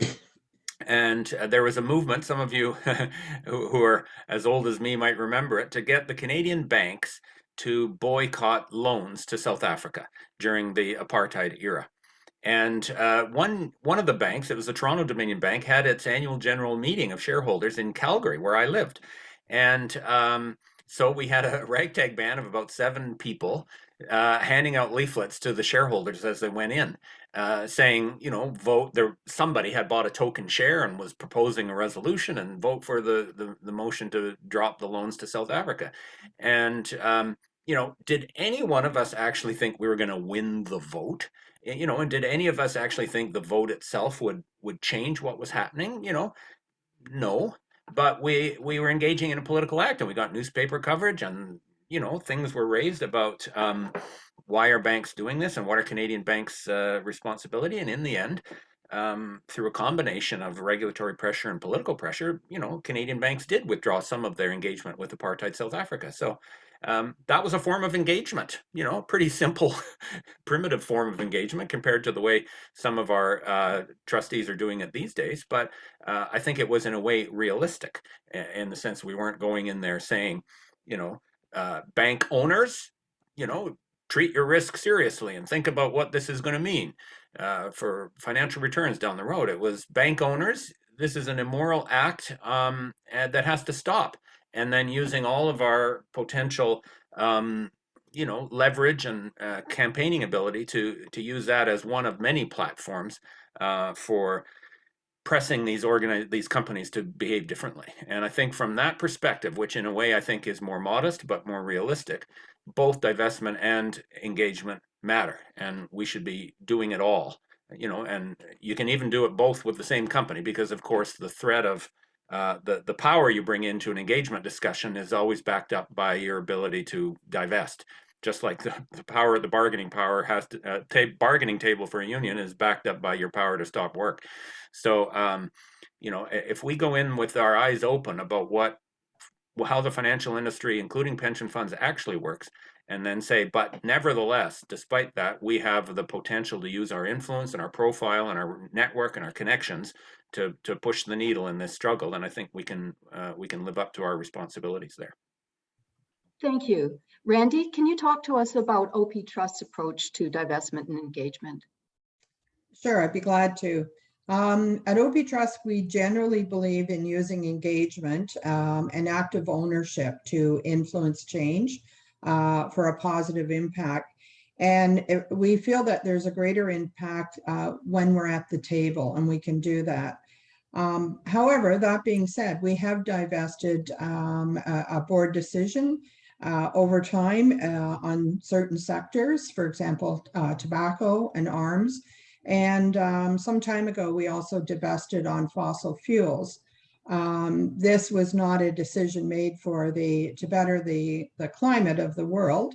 It was because we were losing money, and our fiduciary focus has to be on making money with the lowest possible risk so that we can pay the pensions. But divestment isn't always a perfect approach. A lot of renewable infrastructure requires the mining of resources that are used, and addressing climate change as we see it must be a decision that is made and with guidance from business, governments, and investors. And we believe we have a global responsibility, being a global investor, to influence wherever we can, pension fund peers, policymakers, and governments as much as possible in order to better manage climate risk, and we will continue to do so. Having heard that, I imagine it still feels pretty good to be out of arms and tobacco. Yes. Exactly. So there is a positive aspect to that as well. Emily, Jim says we should do both. Do you think we should do both, divestment and engagement? So divestment campaigns are effective for many things. Like Jim mentioned this, stigmatizing the target of their campaign, whether that's the apartheid regime in South Africa or fossil fuel companies, recruiting and training activists, shaping the public narrative, which then can and does influence public policy. But this point that has been raised before is worth reiterating. If because of campaign pressure, you sell a share, someone will buy it and probably resell it for a profit. In this system of capitalism, there will always be indifferent or unethical investors to pick up the share. So the share just trades hands and the company doesn't lose money. But to be fair, many divestment campaign leaders do recognize this and frame the goal as going after the social license of fossil fuel companies, for example. And to that end, I do think it's effective. In terms of engagement, Adrian talked about this in depth, but I just wanted to talk about some of the evidence we have on the effectiveness of this. So Climate Action 100+, which is one of the slides that Adrian presented, it's an alliance of institutional investors like pension funds that are focused on this engagement strategy. And they focus on 160 companies that those investors invest in and that are the biggest global emitters. And they publish these progress reports on how this engagement strategy is going. Here's some highlights from their latest report. Only 3% of the companies that they engaged committed to aligning their lobbying with the Paris Agreement. Only 1% of the companies engaged set a target to drastically reduce emissions by 2025, and no company committed to aligning capital expenditures with a 1.5 degrees warming scenario, or provided key details about how their capital allocation was consistent with keeping global warming to that level. So the reality is that the evidence of this strategy suggests that it's not actually very effective. Thank you. Jim, you've talked and apparently written about the difference between the real economy and the paper economy, but you did mention, and Adrian showed us too, that we all know that pension funds are increasingly getting involved in what we've been calling alternative investments, which I believe is mostly real economy. Can you expand on that and talk about what pension funds might want to be looking at in that area? Oh, sure, Laura. I mean, this gets to this kind of distinction between, the trading of paper assets, and Emily just mentioned why just trading an asset with someone else doesn't necessarily accomplish anything. It doesn't hurt the company. In fact, the impact on the company of a trade is pretty much invisible anyways, unless it was a new issue. It has no impact on the company's ability to undertake new investment or to grow or anything else. So this is where I think cutting through the financial intermediation, which is so wasteful and so expensive and so useless in an economic sense, and actually facilitating the allocation of real resources in real projects, pension funds could play, I think, a very innovative role. You could imagine something like a special fund, a special vehicle set up by one or several pension funds that together would have targets for how much money they would like to invest in alternative or direct equity projects in the renewable energy sector. And this would create, I think, encouragement for the entrepreneurs in renewable energy who are thinking about projects and trying to identify profitable opportunities to know that there's, a pool of patient and socially motivated investment capital there to support their good ideas could be quite useful. And that could absolutely be managed in a way consistent with fiduciary responsibility. It's not like you're running a charity or anything like that. You're actually saying, we think this is a long run opportunity. We know that this transition is going to happen, and we want our members to profit from it as it happens. And there could be other ways, including co-investments with government in some of the renewable energy projects and infrastructure and so on. Of course, we're very, very, very on guard about the risks of public-private partnerships and so on through those, but that doesn't mean that we can't find a democratic and ethical way for pension funds to participate in these projects. So, this is in a way the hardest nut to crack. It's much easier to just, make these passive investment decisions or even submit resolutions to shareholder meetings. It's much harder to develop a business plan and think about and learn a business and think about ways that your members' money could play a role in that. But pension funds have shown they can do that. The direct and alternative investment channel for pension funds has grown hugely over the last decade. And I think the green economy dimension of that could be very, very promising and would have far more real impact than all of the obsession with these passive financial investment decisions. Murray, you've heard a lot today about the ups and downsides of divestment, I know you've got thoughts about what pension funds could be divesting from or even selecting away from, and also about what they should invest in. What are your thoughts? Thank you, Laura. Such an exciting area, such an important area, so vital for ourselves and for our kids and grandkids. So this is, I think, the place to begin. It's with the paradigm, it's with the framework. You can think of it as sort of two concentric or two circles, a Venn diagram, and they kind of overlap a little bit in the middle. One of them is government and public policy, and what government is setting is the framework, is the objectives for climate change. As Seth said, we know we're talking turkey when government makes these directives mandatory and we move away from a voluntary, do your best kind of system. That's what's going to drive the solution to climate change. Mandatory requirements, businesses, even citizens, individuals, taking the steps necessary to reduce GHG emissions. Think of the other circle as, in this case, pension funds. And what are we doing as the pension industry? Well, we're there to provide pensions, right? We're not a government. We're not a social service agency. We're not a charity. We're there to provide pensions, which means we get assets that we have to invest prudently so that they grow, so that we can pay the pensions that are promised, right? So what's the overlap between these two circles? That's what we're challenged to articulate here. And one of the questions in that overlap has to do with our fiduciary obligations as pension fund trustees. And what those fiduciary obligations say is we do have to invest prudently. We have to make sure the money's there to pay pensions. That's why we're constructed. That's our mission. And that restricts us in some ways, right? We can't make an investment because it's good for the environment if we're going to lose money on it. We need to be cognizant of delivering the pension promise. But here's, I think, the challenge. We are operating with a very small first circle.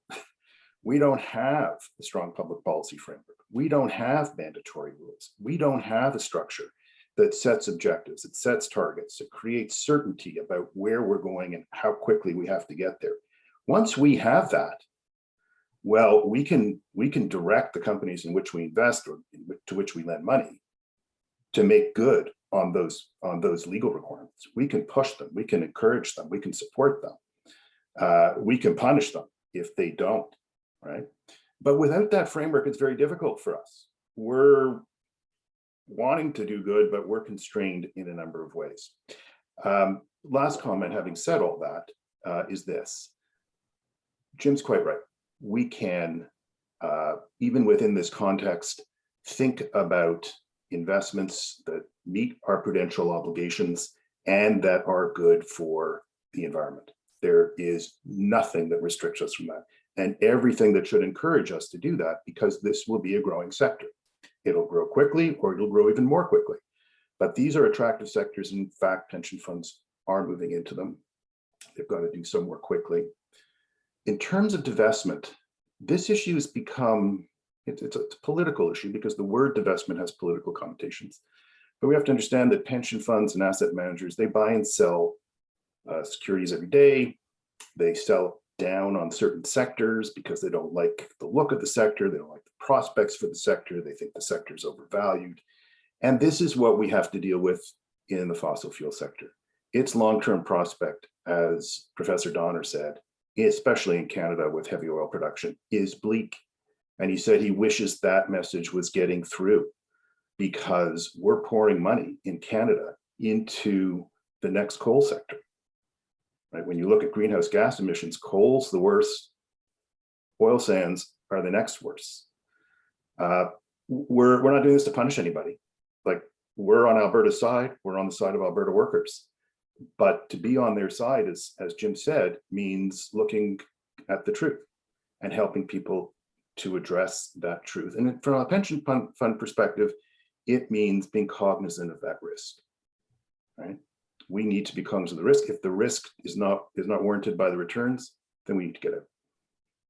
Thank you. Chris, we heard Adrian Buller talk about the Wild West of ESG, and you have expressed concerns about the fact that there is little regulation, that the ratings don't mean anything. Could you expand on that for us? Well, sure. I actually did want to build on what Marie and Jim absolutely. just talked about as well. And you know, just to go back to what Seth Klein laid out for us in terms of what we need massively expanded investment in renewable energy generation, storage, transmission, energy conservation, home and building retrofits. We need an expanded public transit, affordable housing, low emissions public services and the care economy. And we need all of the investments in labor adjustment, training, retirement, mobility supports for workers who need it. Pension funds are not going to be interested, and we may not want them to invest in many of those areas. Pension funds are often risk averse. They have other ways of adjusting to the policy signals coming out of Ottawa and world capitals. At the end of the day, governments everywhere have been struggling for years to incentivize big institutional investors to invest in infrastructure that's going to be required to ensure climate resiliency and emissions reductions going forward. But all of the effort, and Seth Klein mentioned the investment bank, the Canada Investment Bank, has been poured into getting the incentives right so it'll be profitable for funds to undertake this investment. Seth Klein's third marker, I think, is really important for us to reflect on.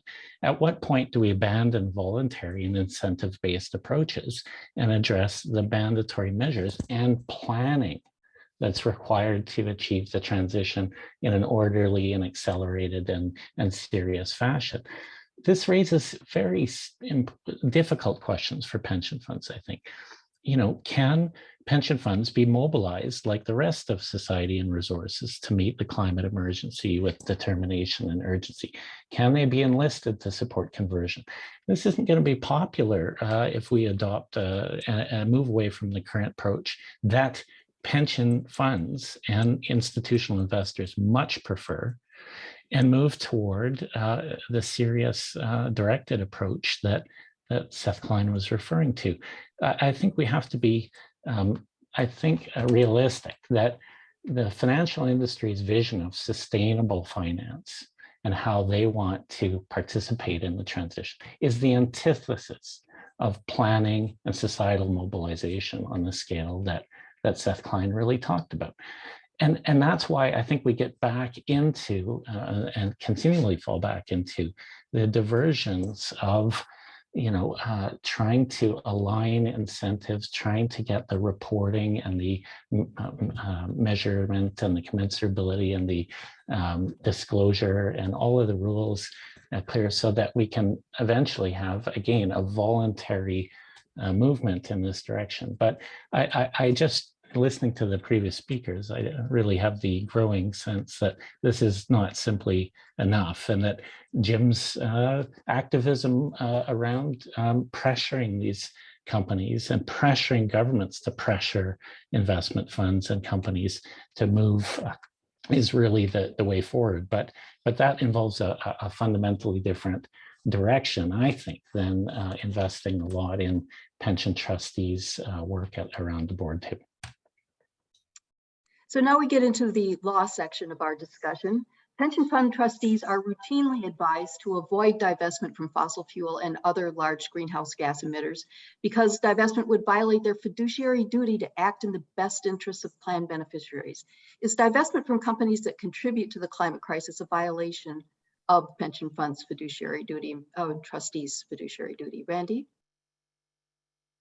Putting all our focus on divestment through inherently ignores the importance of the transition. We have a high level of conviction in the continued growth of renewables globally, but there are a few select markets like Alberta where natural gas will serve as a transition fuel away from coal, particularly for people who live in a cold weather environment. Alberta contributes, I believe it was 48% of Canada's greenhouse emissions from electricity generation, which is partially because of using coal. OP Trust is involved in a unique project in Alberta that is moving the province away from coal and in which we have partnered with the Indigenous Community Syndicate LP, a consortium that is owned by 6 First Nations. And they will participate in this. It's called Cascade, with an equity stake, as well as a seat on the board. And we even negotiated an education fund for the Indigenous representative. This is just one example of how ESG is nuanced and complex, and why it is our role as investors to truly assess each opportunity on a case by case. We have taken some bad press about using natural gas. However, it is a cleaner energy than the current coal method in Alberta. And where do we look at emissions? Real estate also contributes high to emissions, and yet we are a prime investor in real estate. So where do you draw the line? It's important to think about all these types of questions to make sure that the changes that we're making are addressing the root problem, not just the perception. Murray, as our expert, legal expert on matters of fiduciary duty, can you talk to us about how that intersects with this issue? All day, if you'd like, Laura. But no, I wouldn't do that to anybody. Listen, there have been a number of institutions governed by obligations of prudence, which is what governs pension fund investments, that have said no more fossil fuels. Right? Most recently, the Harvard Endowment, after a long struggle on that campus, concluded no more fossil fuel investments. Also, as folks have mentioned, the CDPQ, the Caisse de dépôt et placement Québec, their Quebec counterpart to this Canada Pension Plan, has said the same thing. Nothing new. Right? That doesn't mean they're going to immediately sell off what they have. They won't, but they will divest over time. Right? So we can sort of split this question of divestment into 2 parts. One is no new fossil fuel investments. Why? Because the risks are really high. We've heard time and again in the last 2 days that we must stop emitting greenhouse gases completely by 2050, and we must reduce our emissions by 45% by 2030. We saw that curve from Professor Donner. Maybe we'll make it. I hope we do. Maybe we won't. But whatever happens, there's going to be a substantial reduction. There's got to be a substantial reduction in our reliance on fossil fuels. So to pour money into the fossil fuel industry to continue to extract, that seems pretty foolish. And prudential institutions are saying the risk is too high, the future is not there, we're going elsewhere. That is a perfectly lawful fiduciary decision conclusion to reach, in my view. Thank you very much. Jim, this one is for you. You actually wrote the paper on this subject. Pension fund trustees understand that many members of the unions they represent will be displaced as a result of transition to a green economy. How can those concerns be addressed? Well, frankly, Laura, if they understand that many members of their plans are going to be displaced, then they understand wrong. They have accepted the arguments that the fossil fuel industry has put out there, that we all depend on fossil fuels for our employment and our livelihoods. And if the plan is indeed to steadily and ambitiously reduce fossil fuel extraction and use over the next 30 years or 25 years or 20 years, and it has to be that, then many members of our plans and unions are not going to be displaced if we put that if we manage that in the way that we know that it can be managed. Our research, among other things, compiled international examples of supported transition planning that did it without any displacement. So a great example was the phase out of Germany's black coal mining industry over a 20-year period. 20 years was the way. 80,000 jobs when it started, 0 when it finished in 2018, not one involuntary layoff, not one. And it was a combination of exactly the measures that we talk about, including targets announced in advance so that people have notice that this transition is happening, support for early retirement, support to move into other jobs, including within the energy companies, which were broadening out their activities, and alternative job creation measures funded in part by government in the communities that depended on coal. So it's a masterpiece, but there's other examples. Ontario Hydro's phase out of coal-fired electricity plants similarly, done within a planned framework, a clear timeline, shorter than 20 years, and opportunities for mobility within the network as the plants were gradually shut down. So I think that it's critical for pension fund trustees and other union officials in the pension industry to absolutely firmly reject the propaganda that comes from the fossil fuel industry that our members' jobs depend on this. Yes, there are going to be transitions, but if we do this appropriately, those workers can be supported. And if we do nothing, those workers are going to face a transition that's a lot like the Newfoundland cod fishery or the BC forestry collapse, which is going to be much, much worse. So we absolutely cannot be seen to be taking the side of the fossil fuel industry and accepting their arguments that somehow this is good for workers. The status quo is destroying the security and livelihoods of tens of thousands of fossil fuel workers. And we have to be 100% sure that we're on the side of those workers and all workers with a program that we know is doable. And that means exactly what Murray just said. No new fossil fuel investments, and finding ways to use our power in the pension industry to facilitate that transition. Chris, would you like to add something on the question of transition for workers? Yeah, I agree 100% with what Jim said. Save for the last 8 words or so about the pension industry. I just don't think that this is the job of the pension industry or pension funds. I think this is absolutely a place where public planning, expanded public investments, and guarantees to workers to let them know that they're going to be taken care of exactly along the lines that Jim mentioned. The kinds of job creation opportunities, the opportunities to generate hundreds of thousands, millions even over the longer term, a good, decent, clean and green jobs in other areas, energy conservation and retrofits, building out infrastructure in the care economy. Those opportunities have to be made real to workers, to young workers. The retirement security for older workers that are transitioning out of fossil fuel has to be made real. The wage guarantees for higher paid oil and gas workers as they transition to other employment, guaranteed employment has to be in place. We're not going to get the buy-in and the political license to be able to make this transition unless those are firmly in place. And I agree completely. I just don't think, and I remain to be convinced that somehow pension trustees play an important role in this. I think unions couldn't play a more important role in this process, in this political struggle. But pension trustees are in a very difficult position. They're put in a board with a bunch of financial industry professionals, and their job, as they're told, is to pay pensions despite all of the pressures on plans, and to heap on top of that, the obligation on pension trustees to somehow ensure a fair and equitable, just transition for workers. I just think this is really the wrong way to come at this. We should be approaching it along the lines that Seth Klein has recommended. Thank you very much. Emily, I'm noting that the Government of Canada has appointed a number of the large pension plans to its new Sustainable Finance Action Council. My question for you is, do pension funds have a role to play as major public policy actors? So as it stands, pension plans are obligated to maximize investment returns with due consideration for risk, right? So make as much money as possible given the risks.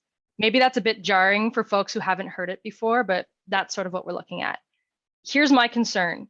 Within this system, any investment-related advocacy that pension plans do will surely to be to that end, profit maximizing for private interests. And to me, that's going to contradict Labor's climate agenda. What we want is unprecedented public spending here in clean renewable energy, in public transit, public housing, creating 1 million good unionized climate jobs, a full recognition of Indigenous rights and title. That's going to be at odds with the profit maximizing imperative of pension funds. What would be more effective is for unions and the Federation of Labor to step up as major public policy actors. articulate a Green New Deal vision that affiliates will support and put resources behind, mobilize popular support, secure commitments from political parties, elect politicians on this platform, use our strike power, use direct action, get behind this in a real way. It makes more sense to do those things, to spend our time and energy targeting democratically elected governments, not trying to rein in undemocratic financialized pension funds. Labor needs to shape the climate justice public policy landscape that pension funds have to operate within, not the other way around. But putting aside whether pension plans should have a public policy role, the reality is that they do. They do have a major public policy role. They extensively lobby and influence governments. Their representatives are often selected for committees and roles like Laura just mentioned. And the reality is that some of the advocacy that they're doing is detrimental, like the aggressive promotion of privatizing public services in Canada and around the world. So can we count on pension funds to favor the goals of Labor's climate agenda? The answer is no. And I'll give you an example. A project in Montreal can show us a glimpse of what to expect if governments allow an excessive role for pension funds in climate solutions, like designing, building, and operating public transit. So the REM, it's a new light rail rapid transit network in Montreal. Government of Quebec decided to hand this over to the CASE, the CDPQ, which is the investment manager for Quebec pension funds, and the public interest has taken a back seat. Here's a few examples. Rather than study the best mode of transportation for that project, the CASE just picked the technology that was one of their major investments. Rather than building the route to move them around the most amount of people, the route that they have charted neglects to connect many of the lower income and densely populated neighborhoods and is actually designed to compete with existing public transit in some areas. By their own numbers, 90% of REM users are going to be people who already use transit. The last thing I'll say or ask is what evidence exists on any other issue that workers' public policy goals can be aligned with the investment priorities of these funds. The real players that we're talking about here, the major public sector pension plans and the union-sponsored multi-employer plans, are funds where labor is at the table with full voice and vote and has been for sometimes decades. But there's little evidence that our representation rights have been useful when it comes to responsible investment agendas. So is it possible for a labor climate agenda to be aligned with, or at the very least not contradict, an investment agenda for pension funds? Maybe Murray will convince me. Well, hey, Laura. We'd like to hear, what we could do to help educate and inform our union-appointed trustees. I'm sorry, someone wants to speak. Jim? Laura, I was just going to jump in at the risk of actually having a debate on our panel, which I think is usually a good thing. I think I'm in violent agreement with what Emily just said and what Chris said earlier. And I think it's in a way an artificial distinction to say we can't do it this way, we must do it that way. And the point that I made in my presentation is we have to be putting the argument forward everywhere. I think I was quite explicit that the ability of pension funds to run this whole agenda is absolutely limited. The way to stop pollution is going to be to have regulations and controls and targets, and that means public advocacy from unions. But the question I was asked was about pension trustees express concern that these measures are going to affect the members of their fund. And this is where, if pension trustees are there expressing this concern, then pension trustees are on the wrong side of this debate and have to inform themselves and have to be on the right side of the debate. Not saying that they can control it, not remotely. And the things that I listed at the end, I think, are all very modest and, in a way, too modest in terms of what pension funds and pension trustees can do. But for God's sakes, let's make sure that our union people at those tables are not endorsing the fossil fuel industry's propaganda. That was the point I was making. And I think that Emily and Chris and I are in agreement on that. Murray, what would you think of all of this? Yeah, me too. Let me just say me too quickly. But I want to add a couple of things. I mean, as Seth and others have said, this is an all hands on deck moment. We have never confronted a crisis of this order of magnitude. We need everybody, every institution, to sort out what its role is and to play that role to its utmost. So we agree, I think, on this panel that the leadership must come from government. Government can make mandatory what is currently weak and voluntary, and we don't have time to wait for weak, uncoordinated, voluntary actions to bear fruit, because they won't. We need government to step up. We need government to create a framework. As pension funds, there are a couple of characteristics that we have that are special, right? First of all, we look way into the future. We have 25-year-olds enrolling in our pension funds every day, and we are going to collect contributions from them for 40 years, and then they are going to retire hopefully for another 40 years. We have, for some of our members, very long-term perspectives. There aren't very many institutions in the world that do have long-term perspectives, right? And what do we do with that? We say, look, we're here for the long term. We're investing for the long term. Our liabilities reach out for the long term. And as long-term investors, we have a different perspective. We see 2030 as imminent. We see 2050 as very soon. We know what has to be done, and we want to see action to do it. The second thing is Canada's pension funds are internationally recognized as leaders in the pension world. The Maple Revolution, it was called. We in Canada have joint sponsorship. We have labor seats on pension boards from coast to coast. We have an ability for the labor movement to influence what happens at those tables. I have to say, we've not been very successful in many respects on the asset side. We've seen what Emily describes. That's got to change with climate. I tend to think, maybe I'm wrong, that climate is a bit different. Climate is an all hands on deck issue. It is not that anyone is safe from the climate scourge. It is not that, the upper 10% can protect themselves, or that people in this particular geographic area are safe. Everybody is vulnerable to one degree or another, and those degrees are not certain. We do not know what the future is going to bring. I'm an optimist. I think that we can use our leverage at pension tables to do a few things. First of all, to demand that governments establish frameworks within which we can invest. Right? We need to know that emissions are going down. We need to know that there'll be a market for green energy, for green cement, for green steel, for all the things that we're going to need to make the transition. We've got to step up, and we've got to use the credibility that the Maple Revolution has given our pension funds within the financial sector to do that. We need to keep our eye on the ball. What's the ball? 45% reductions in greenhouse gas emissions by 2030, net zero by 2050. That's the IPCC consensus. Tough to meet. Big changes required. We can't take our eye off that ball. This is not about a political difference over what S stands for, what G stands for. This is science. This is clear. This affects everybody. We can get behind those things. We can support government enacting mandatory measures to accomplish those goals. And we can work with the companies in which we invest to make sure that they fulfill those objectives. So we do have a place. There's no question, I think, in anybody's mind, that government is the lead. They've been very weak. They need to step up, but we need to work with them, and we need to support a much stronger effort. And then we need to take those efforts when they bear legislative fruit and make it so at the industrial corporate level. Thank you. So we've heard that it's important for our union appointed pension trustees to be on the right side of the issues and the questions. We've also heard Emily gave some examples of how we've often fallen short in that regard. How can union pension fund trustees build and use their power to influence the decisions and actions of the pension funds as large institutional investors and public policy actors? Randy, final thoughts from you, please.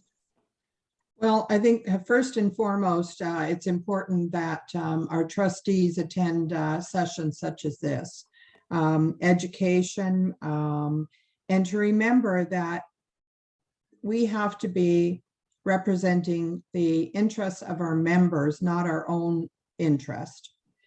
Attend conferences, read the reports. I myself have noted several of the books and links today that I want to pursue further. Speak to experts and ask the hard questions. Knowledge is power, but the ultimate goal should be ensuring that you're best equipped to serve the needs of your members, whatever the conversation may be. Within your own funds, if possible, we set up a sustainable investing and innovation team, which has a mandate and capital to invest in potential solutions to climate change. So put some money where your mouth is. Thank you. Thank you. Emily, what would you say to that? So to be honest, there's differing views among union trustees about how they see their role. Some union trustees feel or are told by the pension fund that they're not allowed to report to the union that appointed them. Sometimes unions appoint third-party lawyers, consultants, investment people as their trustee rather than a union member or a union rep.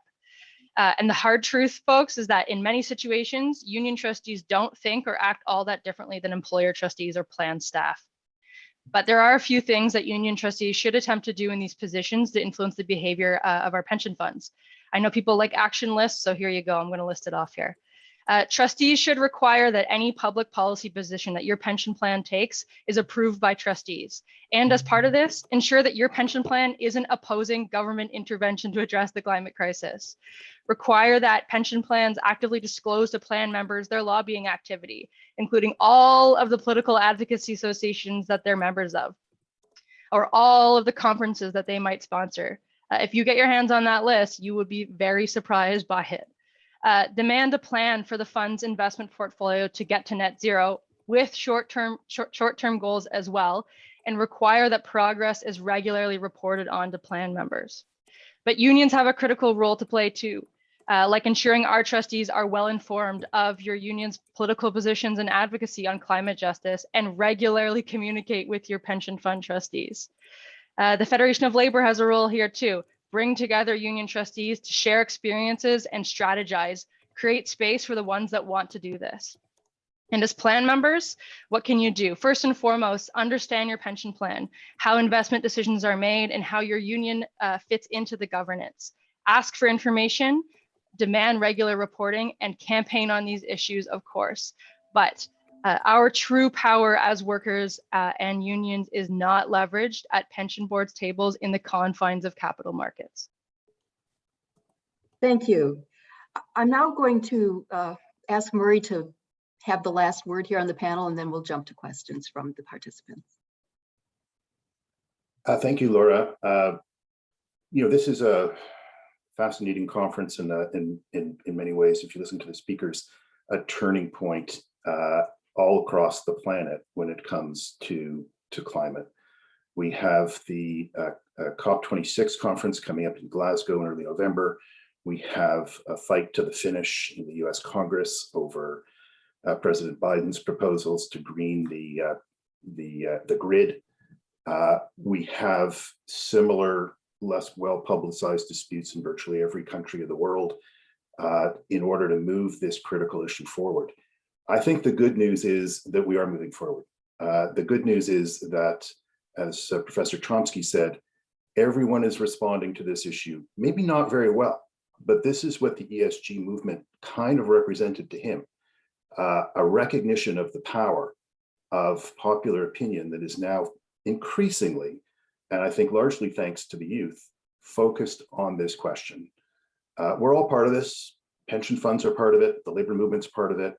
This conference, I hope, has been a starting point, a trigger for us to think through how we use all the resources we have within the labor movement, within the pension funds, on boards, trustees of multi-trillion dollars worth of assets to save the planet. Thank you very much. I'd now like to go to some questions from the participants. I've been interested in reading about, this is a question just for all, so whoever wants to jump in.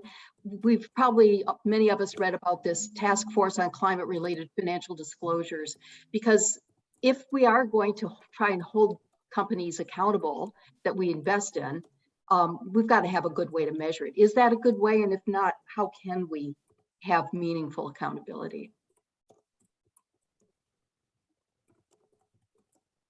No takers? Well, there's a related question. Maybe this will get the conversation going. Mark Carney's been all over this issue, right? He is very much involved in this task force. He's involved in the role of private finance in solving the climate crisis. We expect that he'll show up at COP26. What is your opinion on his activities in this area? And do you think that's where the money will be in the future? Murray. So, when I look at the pension industry, I see two dynamics. One is the dominant dynamic. It's the finance sector dynamic. It says, we'll take care of this. It's a great opportunity for us. We see opportunities to make money in doing this and doing that. Government, we may need you to help us take some of the risk, lend us some low interest, make some low interest loans, change some regulatory provisions, but really leave it to us. We will address the climate crisis. There's a dangerous tendency in the finance sector and in certain corners of the pension industry to walk down that road. I don't think Mark Carney's one of them. Mark Carney has said, look, we need much stronger government intervention, right? The second view, which I think this panel has articulated, so has the conference at large, is that the finance industry left to its own device cannot lead us out of this crisis. It will try to make money, reduce risk in order to protect itself, but that's not going to solve the global problem, right? The second view is government's got to take a much, much stronger lead. And we need to work with whoever, the Mark Carneys of the world and whoever else, to encourage governments to step up. But we also need to recognize that in the finance sector, of which Mark Carney is in which he's a significant leader, the dominant view is not that. The dominant view is that the finance sector the private sector will solve this crisis and government should take a backseat. That to me is a dangerous path to follow. Very dangerous. Thank you. And I think the final question that I'll deal with, this one is addressed to Jim. And I must say, I was also struck by this, and Adrian Buller spoke to it as well. Information on the moderate size of pension funds relative to capital markets. This writer was under the impression that pension funds were the second largest source of investment capital in North America and internationally. But what Buller suggested was that BlackRock, Vanguard, State Street, that actually the pension funds are in many cases handing over responsibility for investments to these asset managers, and that they are in fact calling the shots. So the question is that really what's happening? Can we in any way say to our asset managers what they should be doing with our money? Yeah, well, first of all, the question said they were surprised to hear this.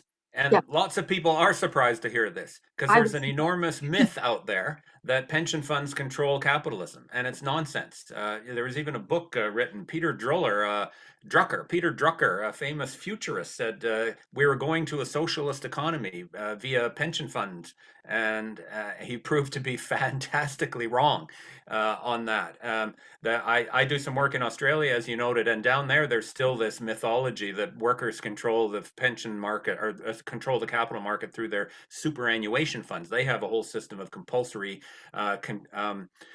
defined contribution but collective funds down there, and that there's an enormous overestimation of how important they are in the capital market. So my estimate that it's 15% and falling of total equity ownership is not inconsistent with what the person said. The person said, aren't they the second largest source? Well, as a concentrated source, they could still be the second largest source, but still have 15% or less of total total ownership.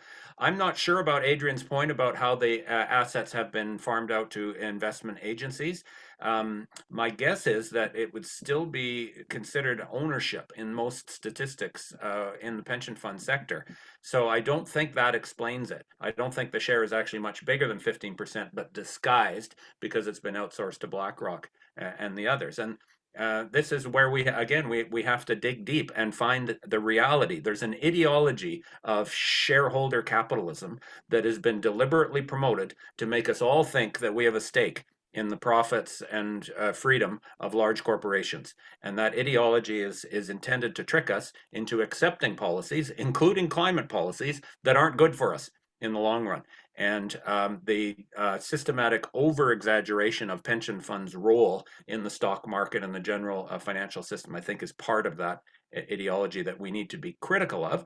And that helps us understand what the limits on what pension funds and union participation in pension funds can do.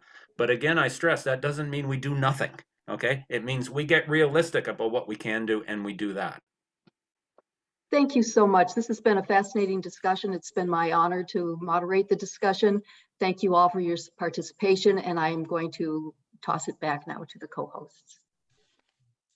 Thanks, Laura.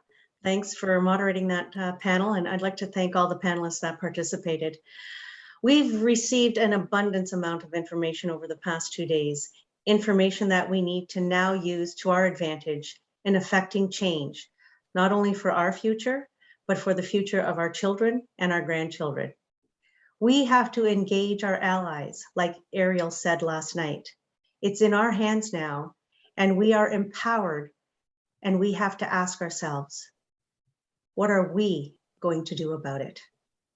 As Simon said this morning, scientists will look back and say, wow, I can't believe we didn't connect the dots when they were there. So we need to come together and work together to make sure we connect the dots and draw the line. Reflecting on what Professor Noam Chomsky said yesterday, organized labor has historically been in the forefront of struggles for social justice and human welfare. The topic of this conference is the most significant in human history, literally a matter of survival. If humans are to prevail, the labor movement must play a leading role. I would like to take this opportunity to humbly thank all our speakers and panelists that took the time to engage in the conversation and define a path forward. Your steadfast commitment to this cause is important and vital to the survival of Mother Earth. It's time for us to get real now. Over to you, Janice, to wrap this up. Oof, thank you, Michelle. I'm getting emotional. It's been a very powerful day and a half. I'm still reflecting on what we heard last night, and then today to hear, the science in a way that I could understand it, and the truth and the political landscape. And I clearly heard it's real, it's us, and the time is now to act. I'm really grateful that we heard from different perspectives, an outline of how we can support workers, both new workers and those that are transitioning. And I also think I clearly heard that we need to have further discussion about where pensions fit in this whole climate crisis that we need to get a handle on. And I think that discussion for me, we need to have that discussion, and I see the perfect opportunity coming up at the OFL convention. The House of Labor needs to continue this discussion. We have an opportunity in November, at the beginning of November at our convention, to further this discussion and to make sure that we have all of the labor movement talking about it and to pass, get some action in our action plans, and perhaps pass a resolution where we all get a pitchfork to take on the fight with. I wanted to thank the engaged audience. People were fantastic. People have stayed on for the whole time. The OFL staff, the interpreters, the captioners, and everyone else who worked together to make this incredible, thought-provoking conference happen. And a big special thank you to the Pension Panel Subcommittee, Kevin Scarrett, Laura Brownwell, and Murray Gold for working with the OFL to produce this conference and bringing on most of the speakers you heard from today. We hope to continue to have this series of Labor Confronting Climate Crisis to talk about environmental racism, just transition, and climate jobs. And we've heard this weekend, now is the time to move, now is the time to act. Time is not on our hands, but the power to change our future is. We look forward to seeing you all at the upcoming OFL convention. It's our future, it's our fight, November 2nd to the 4th. Solidarity, and thank you all for joining us. Have a great afternoon.